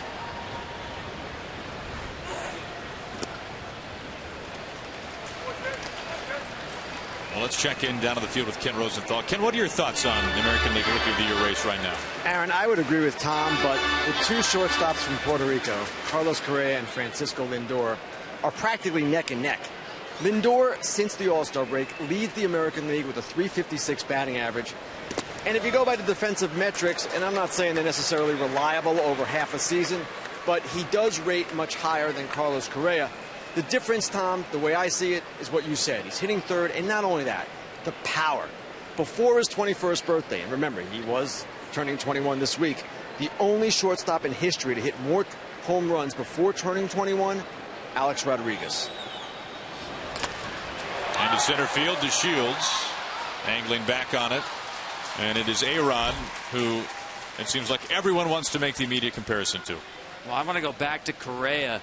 You talk about, we showed the home runs that he hit the ball away and the ball in. These are the same swings, but look at his lower half. They're exactly the same. The balance that he has is just spectacular. To hit two pitches so far apart with the same approach on the lower half. It's all done with the use of the hands and the rotation of his body.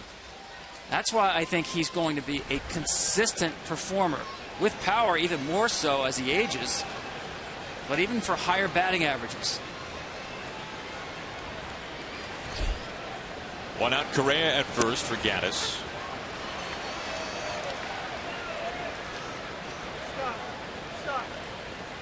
Gaddis a single up the middle back in the second.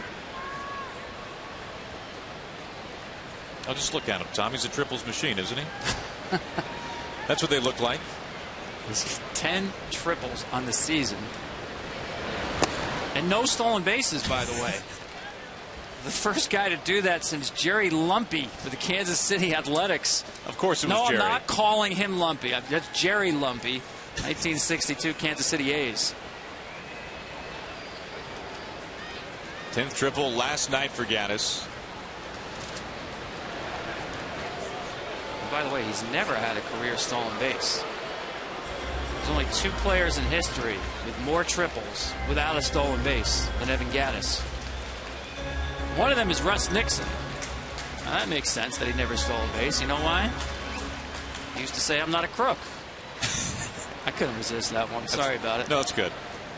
And the other was Tom Zachary. He was a pitcher. Andrews down to second. Good quick turn. But Gaddis able to leg it out. So Correa cut down. Today's telecast is sponsored by Chevrolet. Find new roads. And a triple speed able to put Gaddis at first base, a fielder's choice, 2 outs.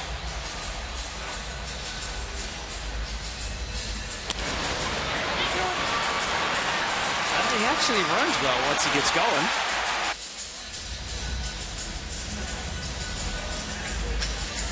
You can just imagine the brick wall that he was about to break through.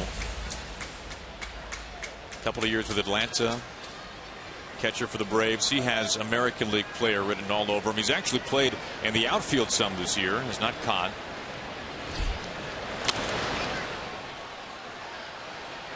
I think he just set a record for the shortest lead in baseball history. Setting all kinds of records. We saw the pickoff move against Marisnick from Derek Holland. The guy with no career stolen bases. I wouldn't worry about him if I were Mitch Moreland. Not going anywhere. StatCast will tell us it's getting larger as we speak. That's it.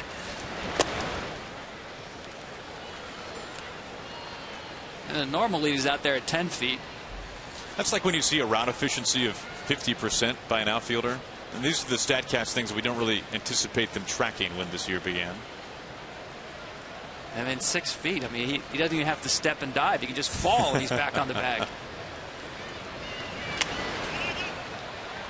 1-2 to Gonzalez.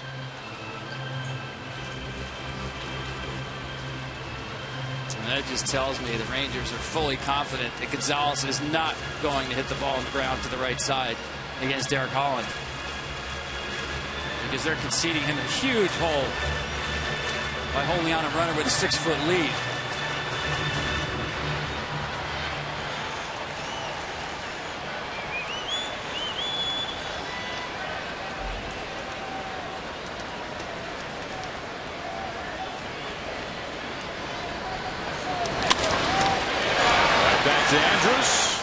Easy toss to Odor. That wraps up 5 innings from downtown Houston. As we make our way to the 6th, we're all tied up. See the official soft drink of Major League Baseball. And by DraftKings, free 1-week fantasy football at DraftKings.com. Well, happy honeymoon as they are making their way to Minute Maid Park, middle game of the series. Trying to get on to the playoffs for the Astros.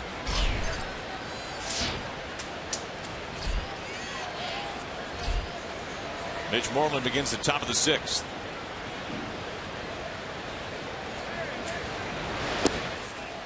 It's better than Niagara Falls. A little harder to get to, though. Probably. Especially recently for this Houston team. Looked like a lock for October baseball. Entered today 4.5 games outside of the Rangers, top spot in the division. And suddenly they're starting to hear the Angels creeping up behind them. The Angels have won 3 in a row. The Astros have lost 3 in a row. And Anaheim a half game behind the Astros for that second wild card spot entering today.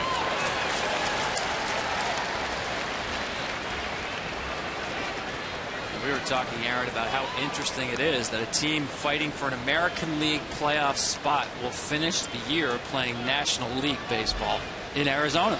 It's bizarre. 3-game series. Downtown Phoenix.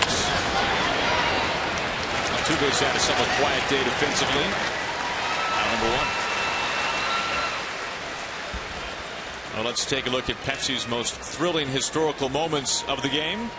And on this date in Major League history, 24 years ago, the one and only Nolan Ryan threw his 5th career no-hitter while pitching for the Astros. He passed Sandy Koufax for the most all-time. Astros ended up beating the Dodgers 5-0 at the Astrodome that night. Ryan would go on to throw 2 more no-hitters with the Rangers, and of course finish with 7. Odor in play. Chases Springer almost to the warning track for out number 2. A couple of Hall of Famers right there. Nolan Ryan, Craig Biggio.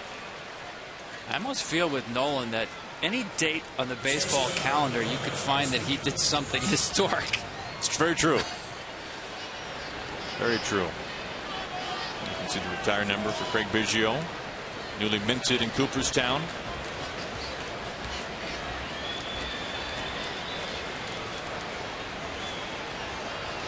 By the way, in that game, that no-hitter against the Dodgers, in left field for Los Angeles, Dusty Baker. Mike Scioscia was behind the plate. Ron Renicky was in right.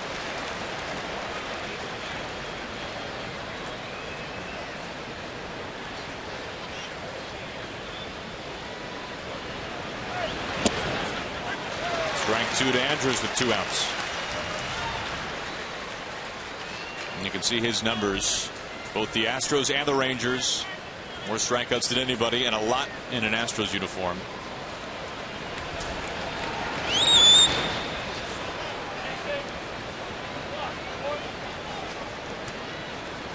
And ties as an executive for both teams now with Houston.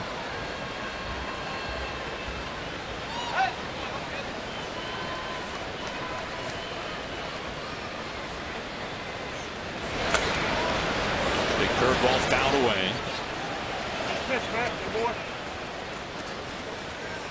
2 outs, nobody out for Andrews. 1 for 2 today. Was stranded at third base back in the 4th.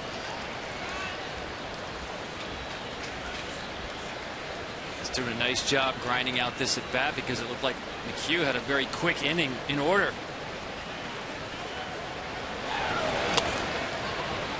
Soft pop up.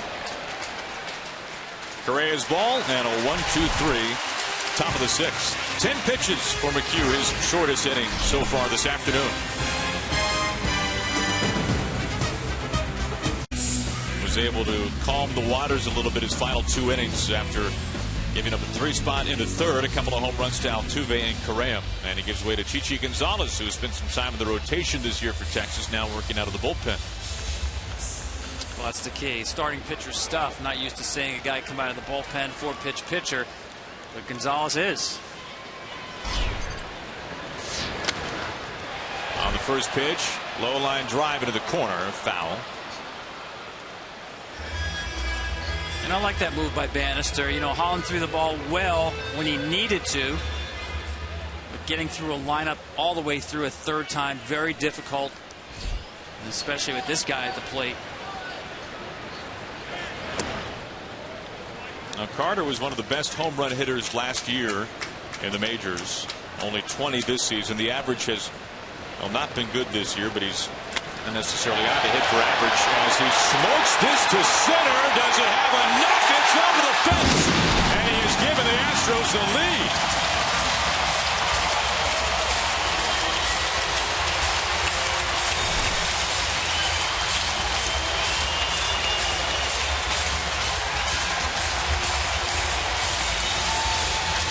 Well, that's the one thing you defend against when you face Chris Carter is the home run. Swing and miss guy, yeah, but his damage ratio to swings is excellent. And that's why I thought getting the right-hander in on Carter made more sense. He showed you what he thought of that strategy.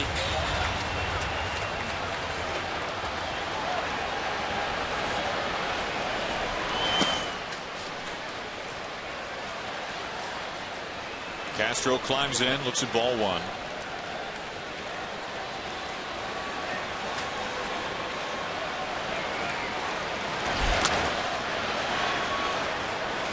Easy ground ball. Odor handles it cleanly. Out number 1. Well, for a big guy, he has one of the most simple swings. Watch the front foot. Barely comes off the ground. Very controlled, quick, short swing for such a big guy.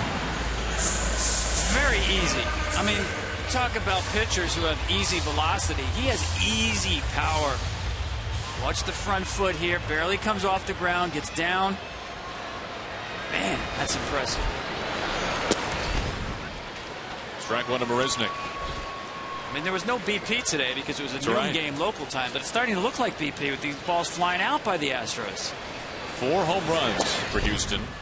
That's their first 4 home run game against the Rangers since the summer of 2003.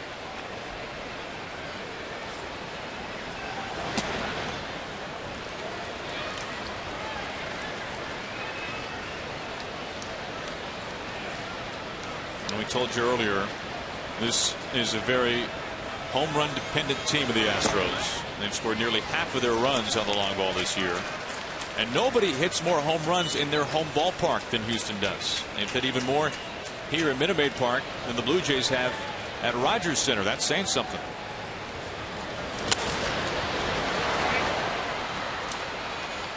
We'll take a look at that home run swing on StatCast, powered by Amazon Web Services. About 430 feet of easy power. One out walk to Marisnik, the number 9 hitter.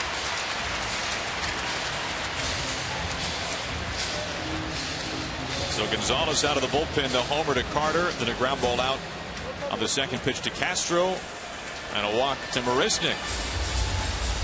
And that means a visit out to the mound by pitching coach Mike Maddox.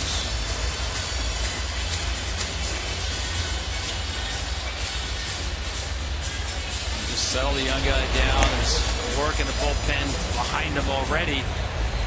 And now the Astros, we've seen the power. They start playing their running game that they want with the right-handed pitcher on the mound. Altuve handled the bat so well at the plate. Marisnik, who runs so well at first base.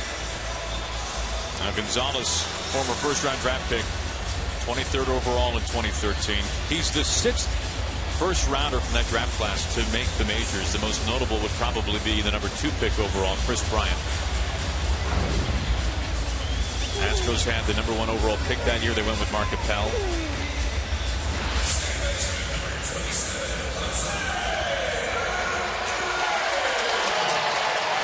One out for Altuve.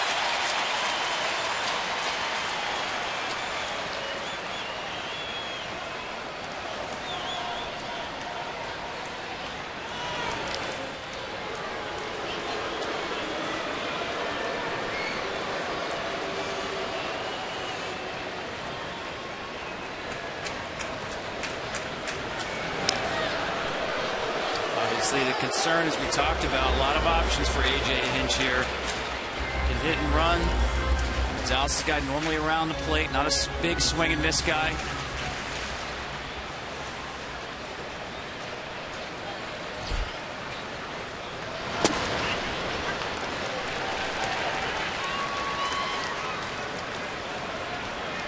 Well, for Gonzalez, his career got off to a booming start this season. In his second career start, which was his second career appearance in the big leagues, threw a complete game shutout at Kauffman Stadium against the Royals. That was in the first week of June. Straight away to Chu. Now number 2, and that keeps Marisnik at first.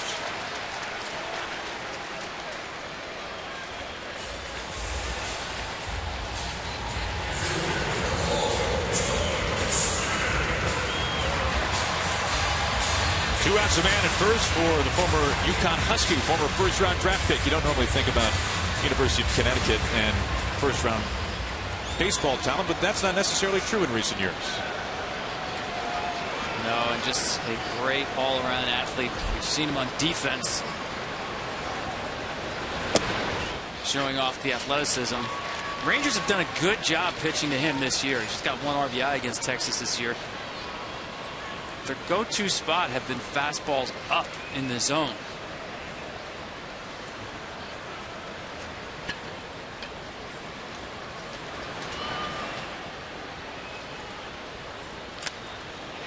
Right there. And it's quickly 0-2 on Springer.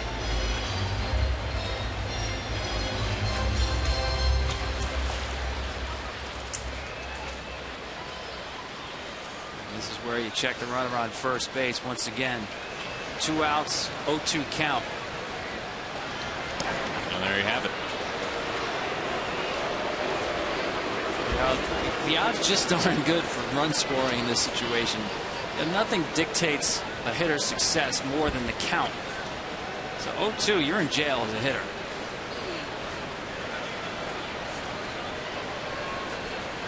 Get thrown out, start next inning with a fresh count.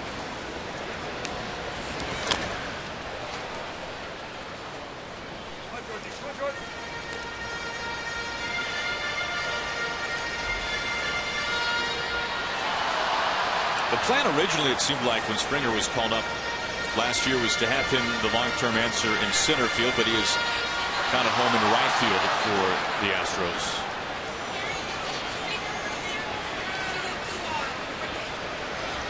Marisnik covering so much ground in center. He's the man at first after the walk. Soft chopper. Beltran on the grass. And that'll do it for the Astros at the bottom of the 6th. This game was tied when we came to the bottom of this inning, but one smooth swing from Chris Carter has given the Astros the lead.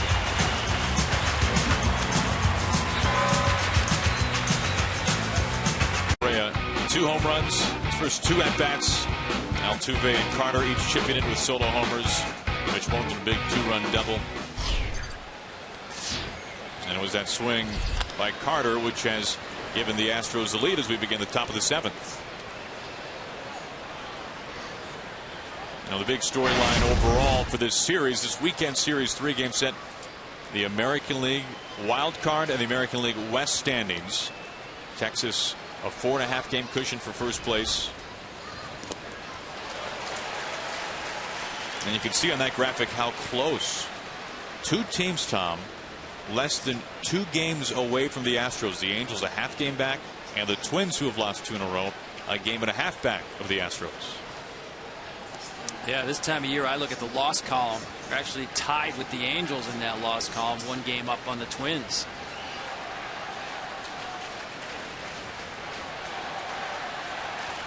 Hamilton 1 for 2 today. Gets some waving there. Another curve. 1 out.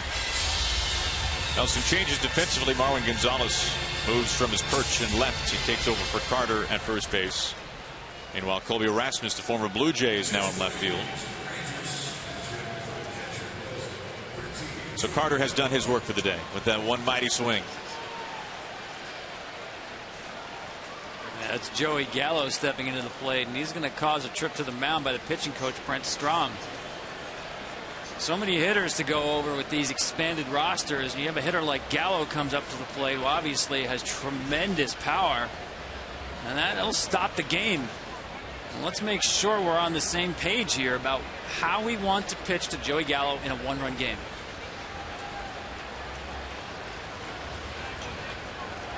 Next pitch will be number 100.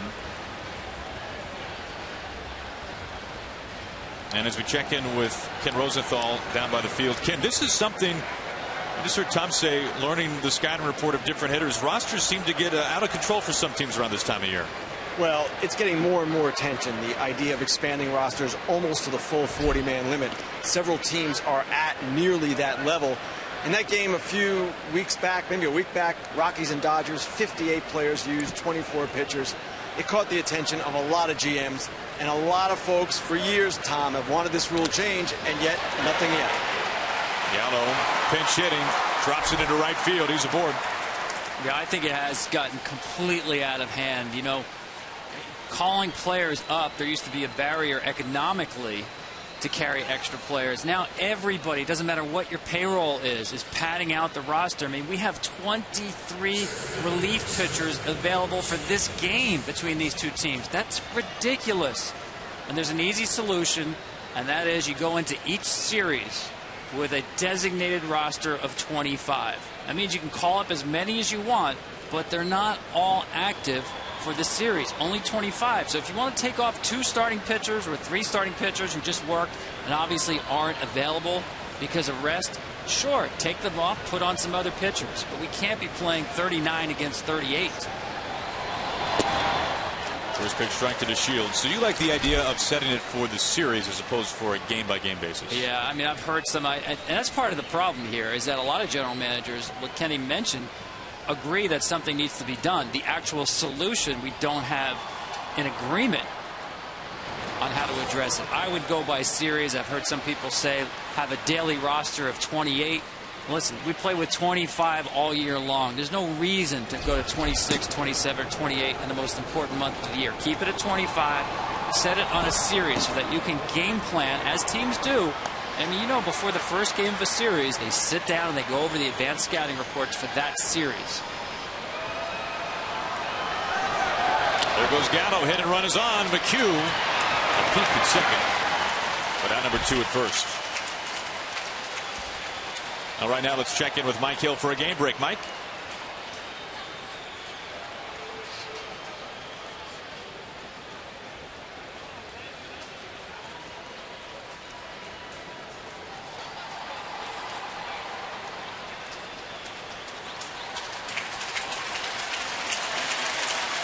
All right. Thank you, Mike. Good update there.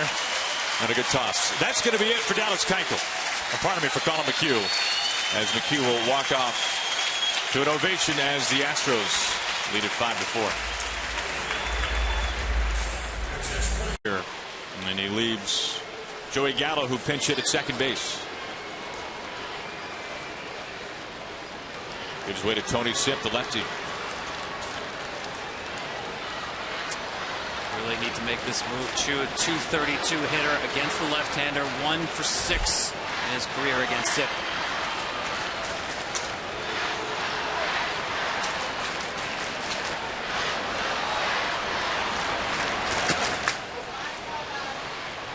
Now these two were once a part of the same trade.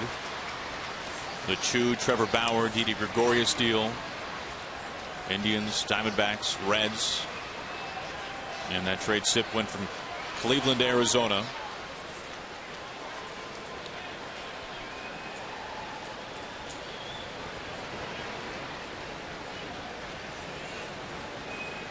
Sipp has been nearly untouchable since the All-Star break.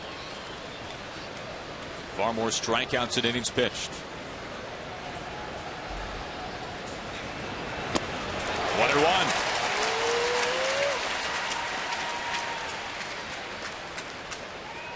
Yeah, that's the great neutralizer for Tony Sipp. That left-handed slider to the left-handed hitter.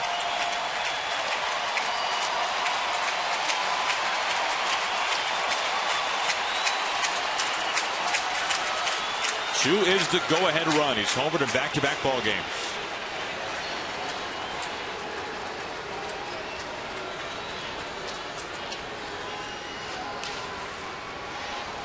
Gallo off of second.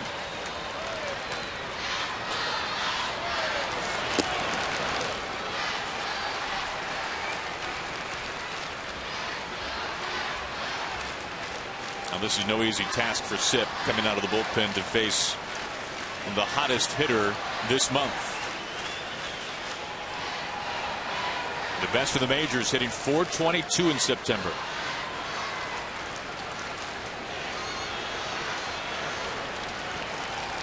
Tying run in scoring position.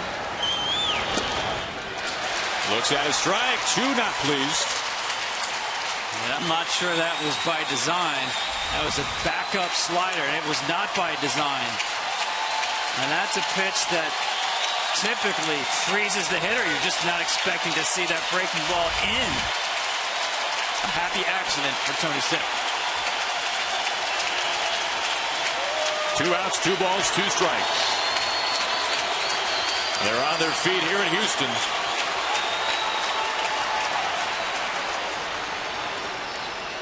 And now Sipp wants to talk things over. Yeah, it's a good job. If there's any doubt whatsoever, and clearly there was between Castro and Sipp, call timeout and get out there and be on the same page. Huge pitch right here.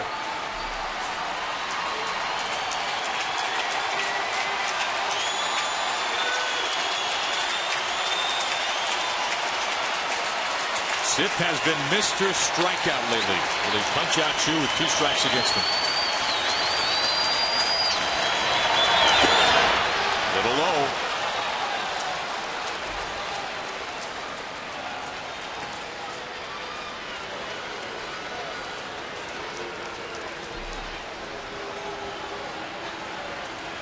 Aaron, to me, that's his best pitch. If you're going to throw it 2-2, you throw it 3-2 as well.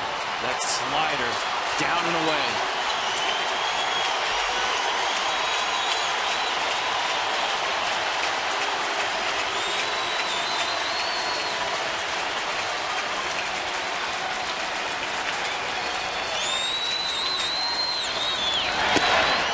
And they lost him. A 2-out walk out of the bullpen. AJ Hinch asking where that was. Fastball up. Threw him 3 fastballs in that sequence. All were above the top of the strike zone. Now Fielder will try to solve Sipp, which he has not done. 0 for 7 lifetime. Look at the difference of the bullpen. This month, the Rangers bullpen has been exceptional. The Astros bullpen not so much, and that has been really part of the bedrock for this Astros team all season long. What a turnaround the bullpen has been this year from last. It's the best and the worst in all of baseball this month. Fielder with 2 on and 2 out.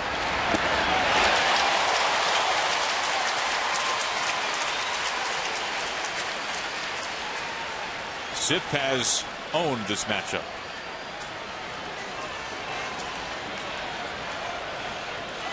Would not be surprised to see Fielder here go the other way. See, a lot of times Correa will be shaded over towards second base, not quite all the way over. Gatto the tying run to the go-ahead. 2 strikes.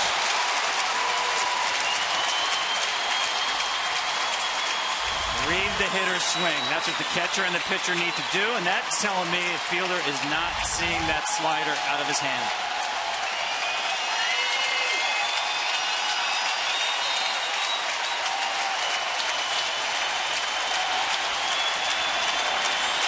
Fielder could give the Rangers the lead with the 1 swing. Zip could send us one of the stretch. And that is it for Fielder. Into the other batter's box. Zip gets him to go fishing, and the Rangers strand 2. We stretch here in Houston. Astros by a run.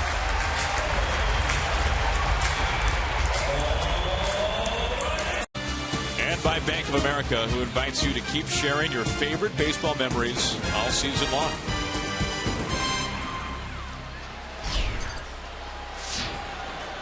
We have a new catcher, as Chris Jimenez is behind home plate, taking over for Bobby Wilson. Carlos Correa leads off the bottom of the 7th for the Astros.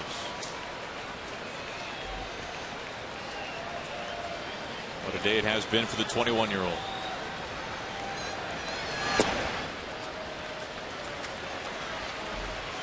Well, I know you mentioned Alex Rodriguez earlier. Alex already had played 2 months in the big leagues the day that Carlos Correa was born.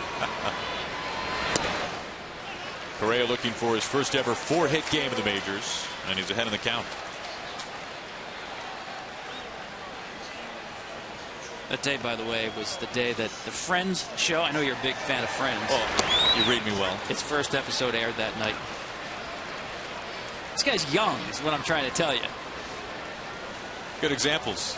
3 balls and a strike. On base for the 4th time. He will go back. Pitch by pitch. Zip versus Fielder. Backup slider. Hitters just can't catch up with it. Now that swing tells me he's not seeing the slider out of the hand. No reason to show anything else. Go right back to it. Every manager begins a game knowing what matchups he wants to get to and what matchups he wants to avoid. This is a matchup A.J. Hint's entirely comfortable with. Zip now has gotten Fielder out all 8 at-bats they've matched up. Keeping an eye on Correa. Lowry looking to reach base for the first time.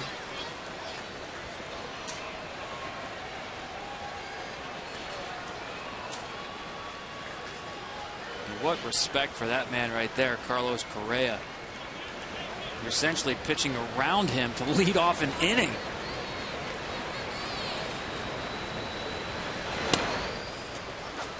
And Jimenez out for a word. Oh, they are so in love with Carlos Correa here in Houston, and for good reason. And it seems like each person you talk to with the Astros has a different Carlos Correa story, whether it's on the field or off the field. The latest, Tom, was a story of Correa. He met a local high school student who had been diagnosed with cancer, and he found out that this young man's birthday was relatively close to Correa's birthday, and so completely unannounced, with no escort service of posses or other friends or representatives from the Astros or whoever it might be, he went out, he bought a birthday cake, showed up at the school at lunchtime and surprised this young Astros fan with a birthday cake on his birthday. This is a great story. They actually met before a game on September the 5th. And the young man told Correa his birthday, which happened to be the day before Carlos's birthday on the 21st. And Carlos said, well, I'm going to remember your birthday. And of course, I don't think he's going to remember. He's a busy guy, Carlos Correa. And 2 weeks later, on the gentleman's birthday, he shows up at Houston Christian High School, as you said, chocolate birthday cake in hand at lunch break. How about that? So impressive in every aspect.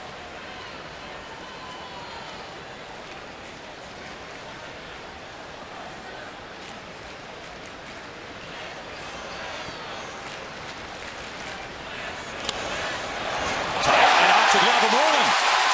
Correa steams past second. He gets the stop sign at third from Gary Pettis.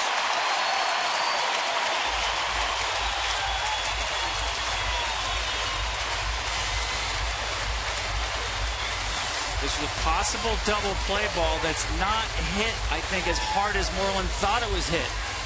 Actually gets in on the handle, and there's some spin on this ball. And that's a tricky second hop that's going to eat up Moreland. He comes up, doesn't even get glove on. Now Moreland usually so reliable at first base. In fact, earlier this year, Prince Fielder told his manager, Jeff Bannister, that the Rangers were better off having Moreland at first than Fielder. And this has not been a good fielding team, the Rangers, this year.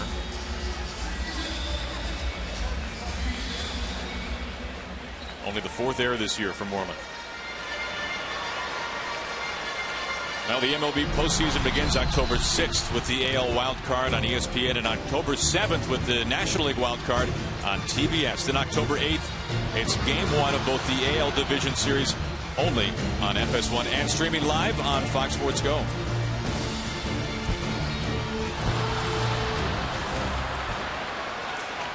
And now Gonzalez in a bind. Against a very aggressive hitter, Evan Gattis in the top 10 in the league, chasing pitches out of the zone, especially loves fastballs up. He's trying to get something to elevate right here. Make Gonzalez get the ball up. Astros took the lead in the 6th on the Carter homer. Now they're trying to tack on. DeShields comes in. Correa ready at third. He tags. Here's the throw. It's up the line. And it's a 2-run lead now for the Astros.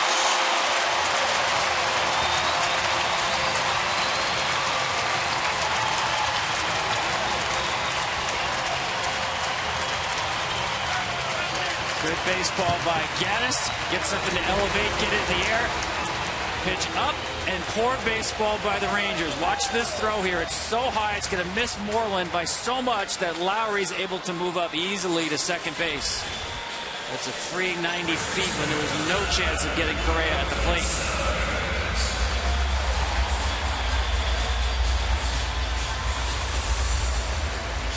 One out and still a man in scoring position. Here is Marwin Gonzalez. Hit the cutoff man there, and Gonzalez is one pitch away from getting off the field. Now, no longer the double play in order.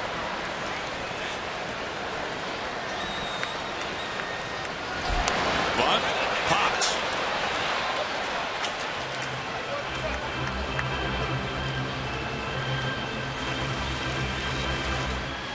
Jimenez taking over for Wilson behind home. Marwin Gonzalez, remembered by all back in Dallas-Fort Worth, the man who broke up the perfect game from Yu Darvish. I'm not in love with that decision to bunt there with the runner already in scoring position. Rasmus is on deck, but the Rangers have a left-handed pitcher warmed up for him, ready. Go ahead and try to knock the run in, not get him over.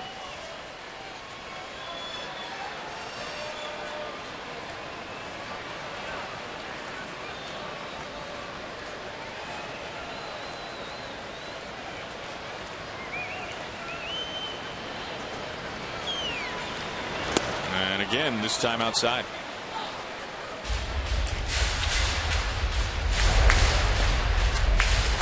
Lefty Sam Freeman warming up for Texas.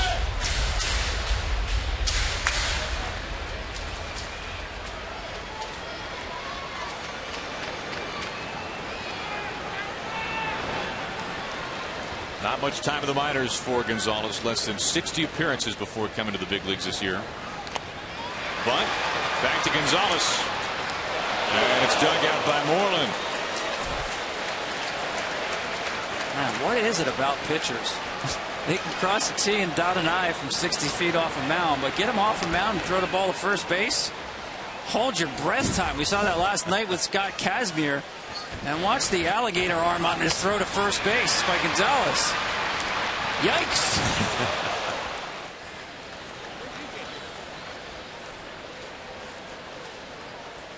Again, not in love with the bunt because now you'll get Freeman on Rasmus. Man at third, 2 outs. That's it for Chichi Gonzalez. We'll step aside here in Houston.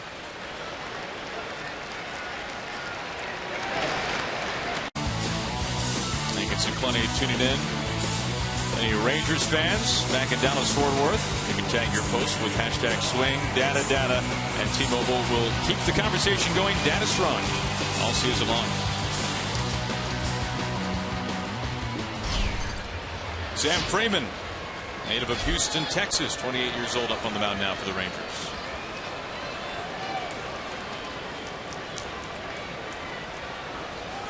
Well, he does have reverse splits, actually. Freeman is better against right-handers because of his split.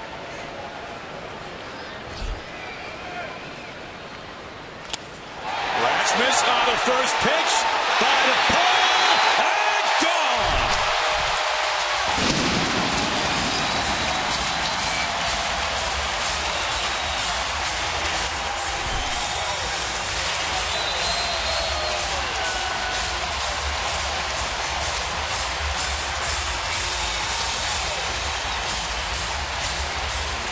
His first swing today.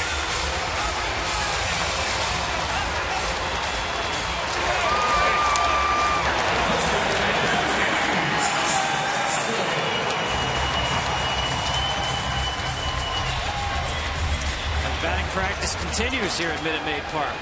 My goodness. 5th home run for the Astros.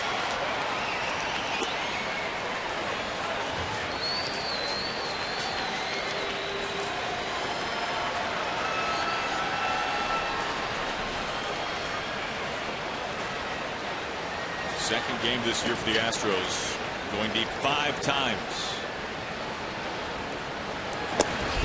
Yeah, Freeman, not your traditional left-on-left specialty guy. You see the splits. I said reverse splits. That means he's tougher on righties than lefties. And again, the split more effective from the left-handed pitcher to a right-hander. Doesn't have that wipeout slider that we saw from Tony Sipp to neutralize the left-handers. So it all worked out for Gonzalez after that, what I thought was an ill-advised bunt. And by the way, they credited him with a sacrifice bunt on that, which I don't get. You're not going to bunt the guy to third base with 1 out already to give yourself up. Besides that, it's going to blow up the mission control analytics system of the Houston Astros to score a sacrifice bunt from a position player. That's what really counts. Now, Chichi Gonzalez came out of the bullpen to work the 6th inning, and the first batter he faced was Chris Carter. Carter took him deep. And then it was Freeman here, taken deep by Colby Rasmus, batting in Carter's spot. Did not take a lot of time. Rasmus looked like he had a pretty good idea where that ball was going. 8 for Houston through 7 innings.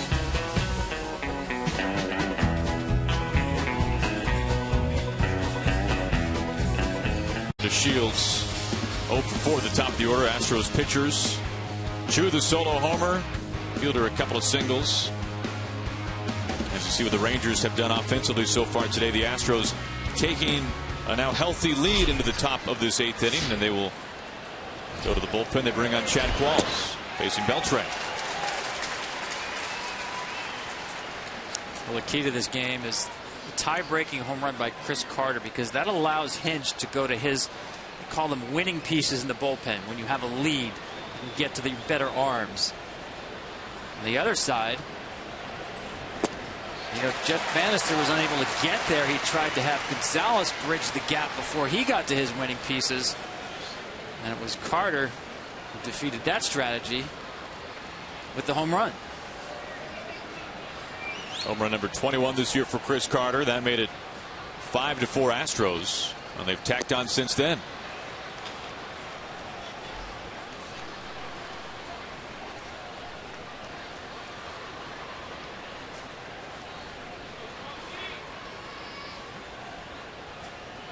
Qualls, originally a second-round draft pick by the Astros back in 2000, has moved around since then and is now back with the team that originally drafted him. Well, he's one of the few veteran relief pitchers who can pitch a lot of games year after year after year. And that's one of the things that attracted the Astros to Chad Qualls. And specifically, one of the things they scout is the deceleration of a pitcher's arm. And they love the way that the arm of Chad Qualls after release keeps going behind his body. Why is that important? Well, deceleration, that's the brakes of a car, of a pitching arm. Does the arm stop quickly? A little flick right to Altuve. Now for more on the Astros bullpen at the trade deadline, let's check in with Kenny. Well, guys, we documented their bullpen struggles, but at the same time, they tried to improve it in July. Tried to trade for Aroldis Chapman, tried to trade for Craig Kimbrell. And at one point, GM Jeff Luhnow told me they thought in the final 6 to 12 hours before the deadline, they would get one of those two. What happened was it didn't happen. And the problem was, the reason they were so worried was that they didn't have a lot of velocity in the bullpen. Josh Fields really the only guy that throws hard.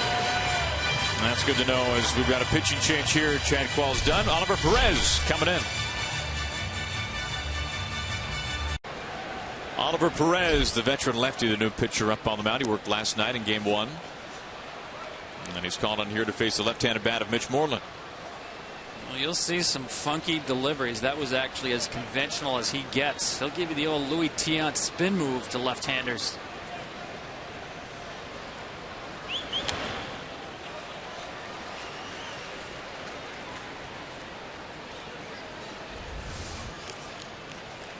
See, that's conventional. And there are times he's going to show his name and number to the hitter before that ball comes around.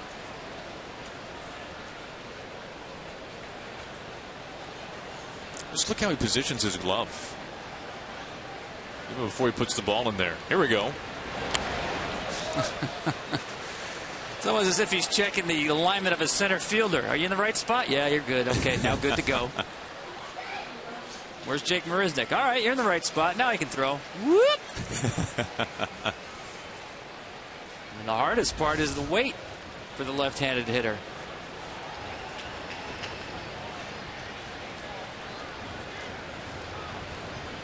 The 1-2. That works out. Brought on for a reason. He retires Moreland. That's out number 2. Yeah, the difficulty is really the timing. His relief point is going to be the same. So a hitter is going to look for the area where the ball is going to come out of the hand. The other stuff is all extraneous, except there's different timing between when he starts the windup and when the ball comes out of the hand. 2 outs for Odor.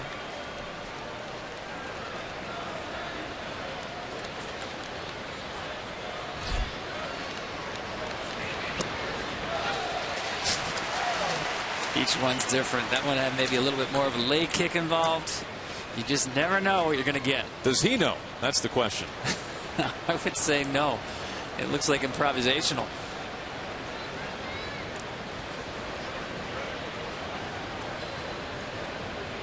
The pause. 1-1. Yeah, it's especially effective when you're talking about hitters, and Odor is one, who have the high leg kick, where they're relying so much on timing. Odor, a very different player since being optioned down to Round Rock than being recalled.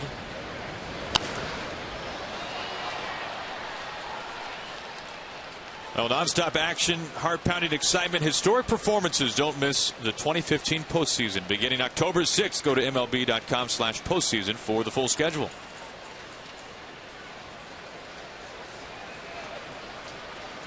Odor truly had the 3rd lowest average in baseball when he was optioned down to AAA. He's hitting over 300 since.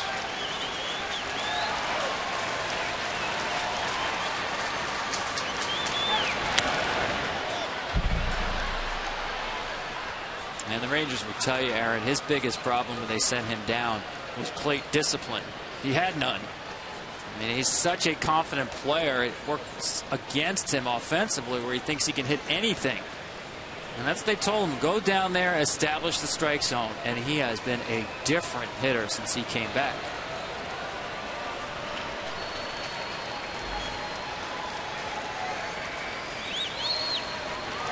Down on strikes. Spins it around. Oliver Perez, a couple of strikeouts. And the Rangers retired in order. Entirely new Lincoln NKX. And by Goodyear, tires chosen by experts for superior performance. Goodyear, more driven. Share your favorite baseball memories using hashtag MLB Memory Bank.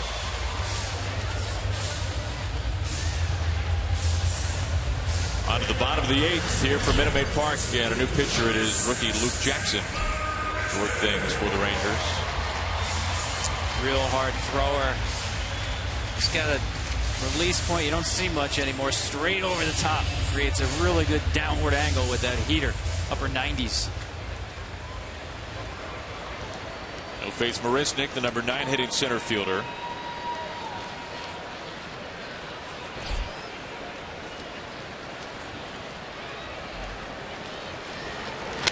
Jumps out first pitch, scorches it to left field, and a ball cap high catch there by Hamilton. Hasn't had a whole lot of activity in left field.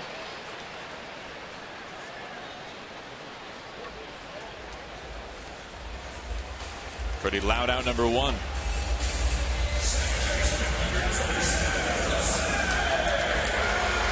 Altuve, a homer and a walk, a solo homer. That was back in the 3rd.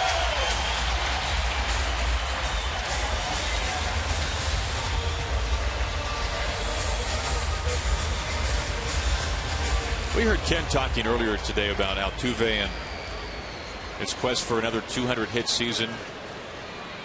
And really, the number that sums it up perfectly for Altuve, if you look at what he's done since the start of last year, he has twice as many games with multiple hits than he has games without a hit. That's just staggering. Think about that. It's more common for him to have 2 hits in a game to go 0 for.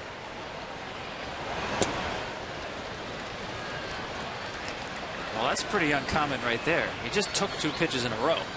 That's true. You know, he does hit the top of the lineup, and he's a very aggressive swinger, and his hand-eye coordination is exceptional. That adds up to a lot of hits. Gloved, left field, hammered, and his second home run today.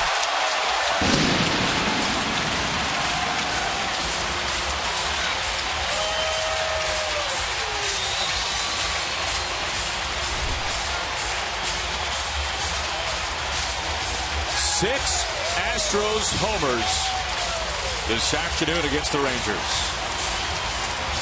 Yeah, Luke Jackson thought he was going to sneak one of his heaters by that guy after the breaking pitches, but no chance.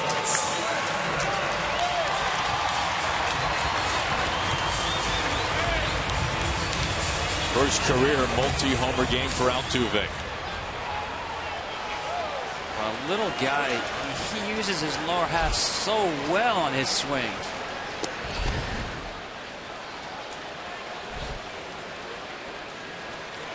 He's got real power. I mean, you would stand next to him and think, all right, he's a singles hitter, I get it. But he generates tremendous bat speed. Belts right to a knee. 2 outs.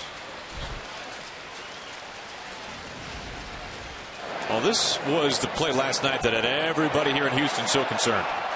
Clothesline, Correa on Altuve. How about those futures, those presents colliding right there? And he just got staggered, literally punched in the nose. Like maybe the elbow arm of Correa caught him, had him dizzy, not feeling well, left the game. And looks real good today. You're right. You mentioned the little brother, big brother relationship between Altuve and Correa, and you know that Carlos Correa did not feel good about that at all.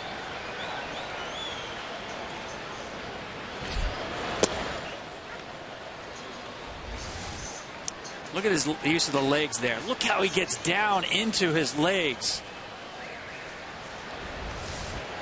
People talk about hitters using their hands and their arms in the swing, getting extended. Any hitter will tell you it's really the legs that get in the swing. I mean, they're much bigger muscles than in your upper body. The little guy uses the lower half. Let's see if he goes around here. Did that barrel cross the plate? Yeah, it did. Correctly ruled strike.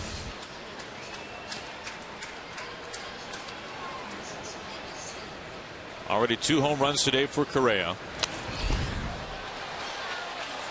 The Astros have not had a hitter with the 3 home run game since April of '07. Carlos Lee went deep 3 times. Correa a chance here in the 8th.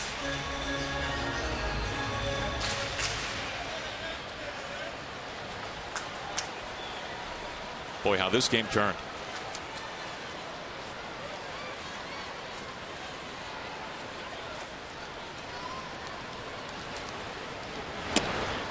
You know, Aaron, it's like people will knock the Astros sometimes for hitting too many home runs. You know, they do strike out a lot. It's part of the price you pay for all the power. But this is why the home run. I don't care. There's no such thing as too many home runs. You change the game with 1 swing, or today 6 of them.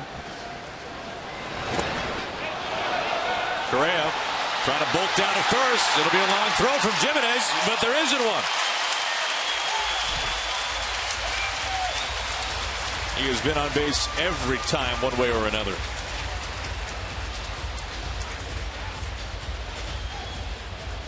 Breaking ball in the dirt. Jimenez gets in front of it, but it just kind of bounces all the way up the body.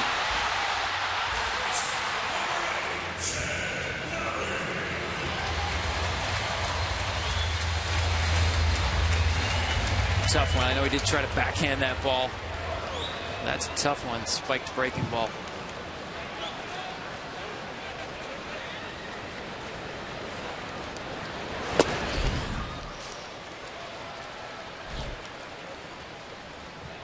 Lowry sitting on 9 homers. I mentioned all the home runs for the Astros. They have 11 players in double-digit home run totals this year. That's the most in the majors and the most in franchise history, and it's historically one of the best marks of all time.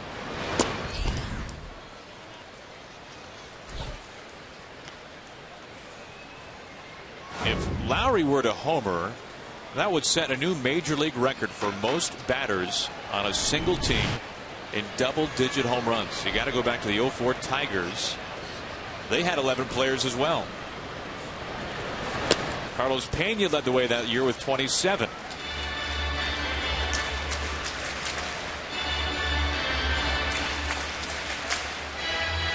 Well, it's by design. This is the team that they wanted. You mentioned Evan Gattis being a perfect American League player. He's a perfect Astro as well. He really is. Fits the mold.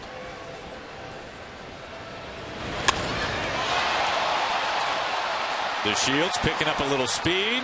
Well, it won't be number 10, at least not right now.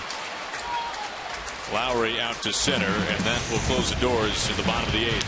Altuve, a home run back in the 3rd, and then going deep here in the 8th, his first multi-homer game of his all-star career.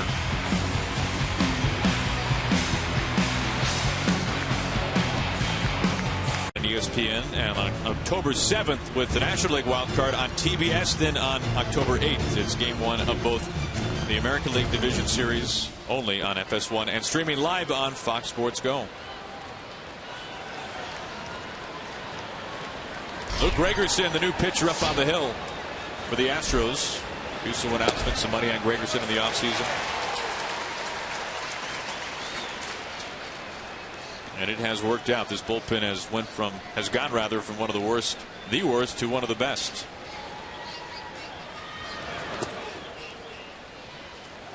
Well, it must be September. Put your closer out there with a 5-run lead in the 9th inning. Taking no chances.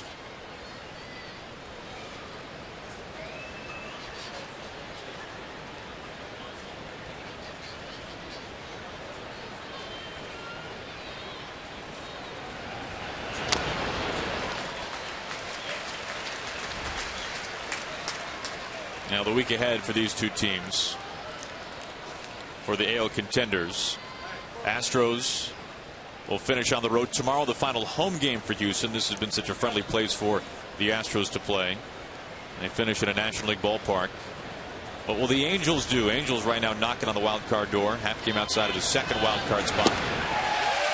Out number 1 here in the 9th.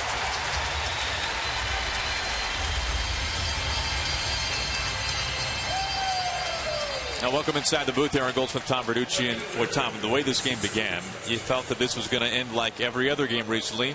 The Rangers had won 8 in a row against the Astros, 3 runs in the first, but 6 home runs by Houston today. Yeah, an amazing comeback, really. Not only because they're down 3 runs after a half inning of play, because the way they played lately, losing 3 in a row at home, the way the Rangers had won 8 consecutive games against this Astros team. Give this Houston team a lot of credit. No, it's a young team, but they answered a gut check today in that first inning. There's no doubt about that. Gregerson gets ahead 0-1. You know, looking at that schedule, Aaron, we talked about playing your last 3 games in a National League ballpark. So a shot of A.J. Hinch there. What does he do with Evan Gattis? That is a huge question when you think about the production that Gattis has given the Astros this year. Leads the club in homers and RBIs, second in hits, and yet the Rangers, or pardon me, the Astros have fared very well in interleague play this year. They have. You know, it's a big outfield there in Arizona. Do you put Gattis in the left field? Or are you better off, and I think this is what he should do, keep him on the bench and deploy him for a spot with runners on base? In other words, if you have a lead, he's only a part-time player anyway, a 5 or 6 inning player. Get a couple of at-bats to take him off the field. 1 out away.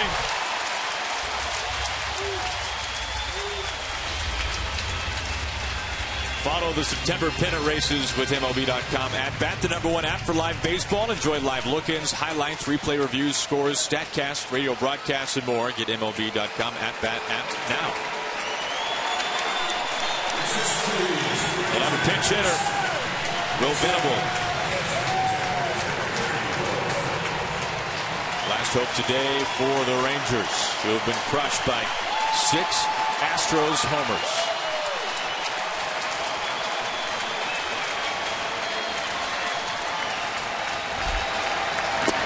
Strike 1.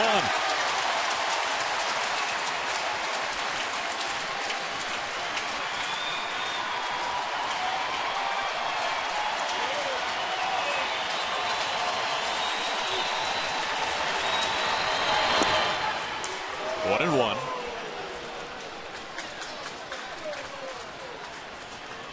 Three runs in the first for the Rangers. They have scored 1 run since. That was the homer by Chu. Not too often you see middle infielders, Correa and Altuve, with multi-home run games. First time it's happened in Astros history. Last time it was by 2 middle infielders by a team that no longer exists, the Montreal Expos.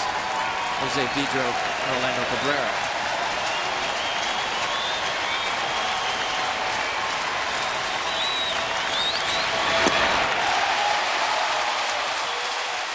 One pitch away from a win today for the Astros.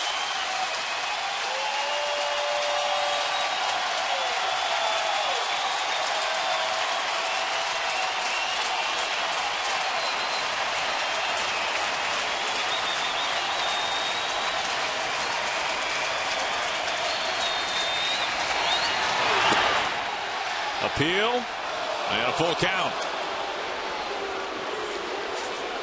Well, A.J. Hinch said we need to win the series to have the division still in order. But more than that, a win today, he said, we can exhale.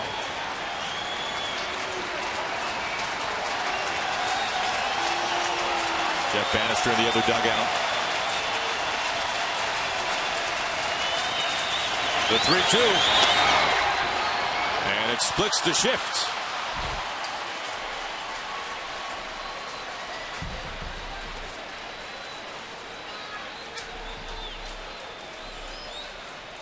Now, Tom, how about we take a look at the Bank of America plays of the game? You were mentioning the home runs by the middle infield. Correa punched out a window with this one. Altuve going deep as well. Both of these two, the second baseman and the shortstop for the Astros, homering twice. Well, we talked about how they consider themselves at heart brothers. The Bash Brothers today. They really are. The second coming. Just fouled a third. This is DeShields back to the top.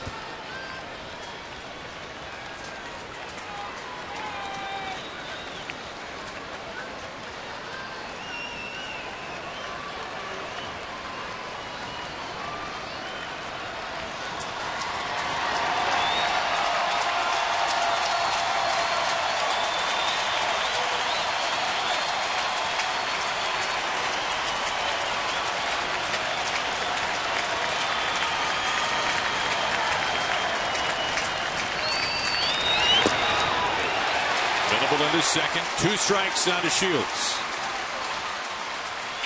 It's tough to call a game a must-win unless it really is an elimination game, but for the Astros to hang in with the chance to win the West today really felt like a must-win.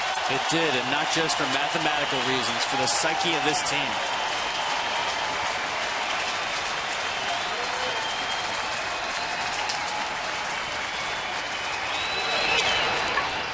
Lowry gets up.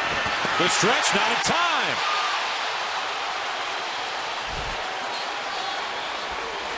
The Rangers will not go quietly. And that's why the Rangers want this guy hitting a ground ball. It just took Lowry a little bit too long to get himself up off the ground into throwing position. And you just don't have that time with DeShields running. Watch him get up. Nothing wrong. Just not fast enough to catch a guy like that, especially when he gets out of the box quickly on a breaking ball away from him. Boy, that looks just like a sprinter, doesn't it? Breaking the tape. Now, DeShields had a hustle double in last night's game in the center field. Statcast had it measured at almost 21 miles an hour when he steamed into second base. 2 outs, 2 on for Chu. And DeShields is able to coast into second.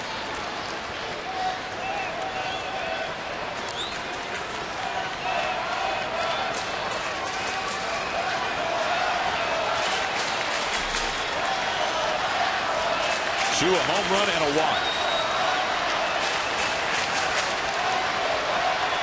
Rangers are an out away from having their 8-game winning streak against the Astros come to an end.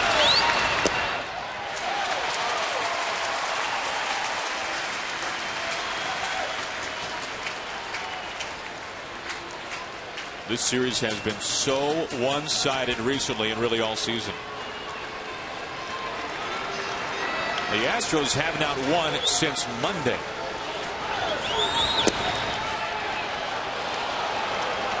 They have had a brutal September at the worst possible time.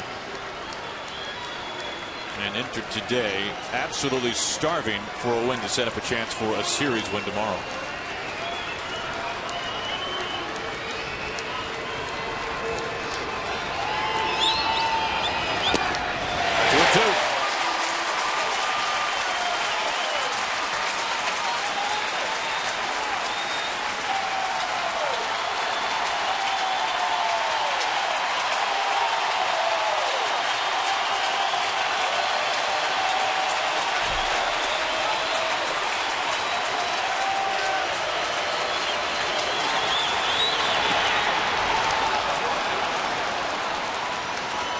Balls and 2 strikes to Chu with 2 in scoring position.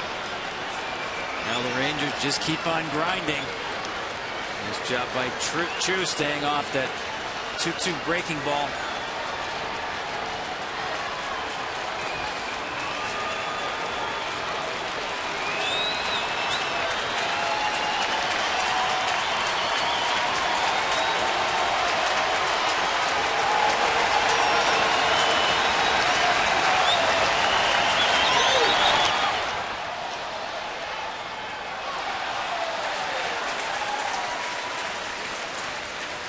If nothing else, Texas making Gregerson work. You know A.J. Hinch wants to see this over as quickly as possible so it doesn't affect tomorrow's availability. No question.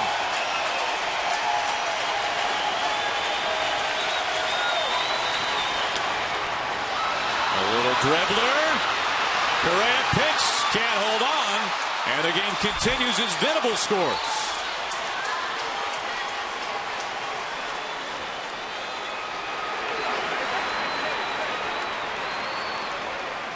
That's a base hit for Chu with 2 outs. So after Gregerson sat down the first 2, the next 3 have reached. Yeah, nothing Correa could have done here, even if he feels and holds on cleanly. And no play at first base. Brent Strom going to go out there and give Gregerson a little bit of breather. You bring your closer into a 5-run game, and here he is about to throw his 25th pitch. Not the way you design it. Not one bit. Tonight, the postseason races are coming down to the wire as the Brewers take on the Cardinals, who have baseball's best record in a game you can only see on FS1. Coverage starts tonight at 6:30 p.m. Eastern on FS1. Now, the Rangers today have done their damage with 2 outs. They are 2 for 20 with less than 2 outs. They are 9 for 16 with 2 outs in the inning. And that has continued here in the 9th. And one step further, the 3rd strike has been elusive for Gregerson in these 2-out at bats.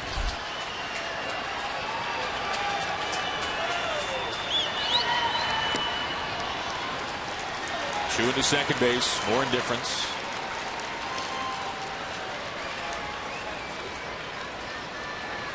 You're right, Tom. He has run a 2-strike count to each of the first 5 batters this inning. Now he got Andrews to fly to right. He got Hamilton striking out swinging. Fielder 5 for 7. A couple of extra base hits against Gregerson.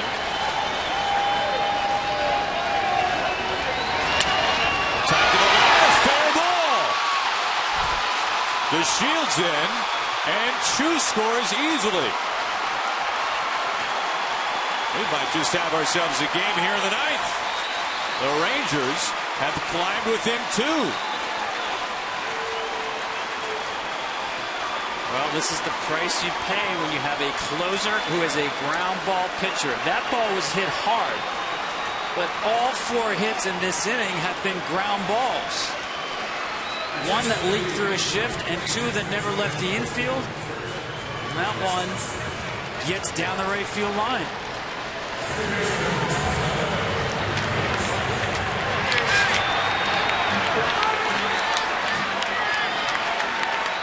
And a big swing from Beltre, his 3rd hit. Fielder making. Here is Beltre. Strasburger, meanwhile, pinch running for Fielder at first.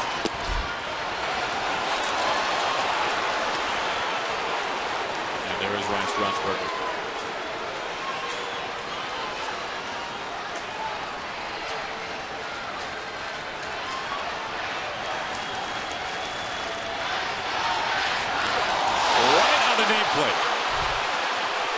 Now this is really beginning to unravel. It's not often the manager will have to go out and take his closer out of the game.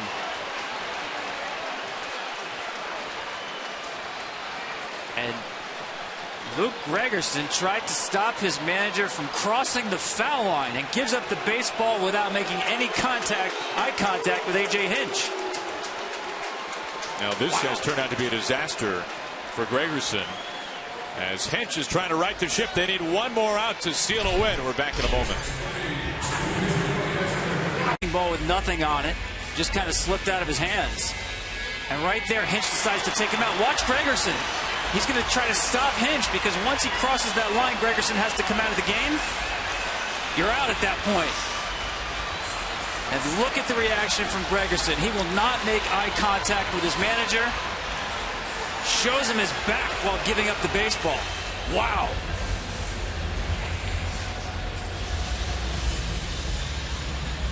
He's trying to say, I got this. This is my game. Well, at a certain point, it was no longer his decision. Will Harris, a new pitcher.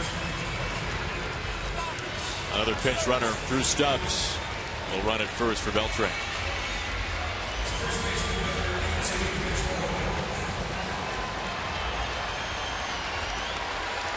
Well, Harris, this is the situation he has been so good in this year.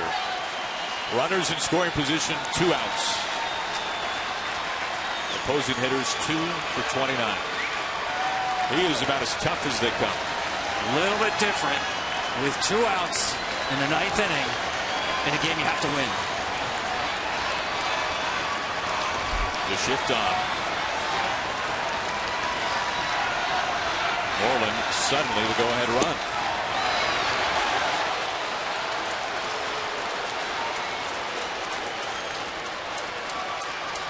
Well, Tom, you get the sense that even if this one ends in the Astros' favor, this will not have the same feeling that we thought that it would for the Astros, based on this inning alone. Well, that exhale we talked about that they were looking for won't be quite as relaxing. 1-1. Keep in mind, Gregerson retired the first 2 men.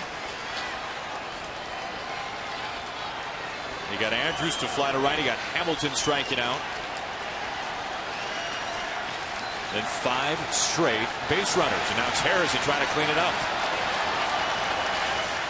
A Houston native.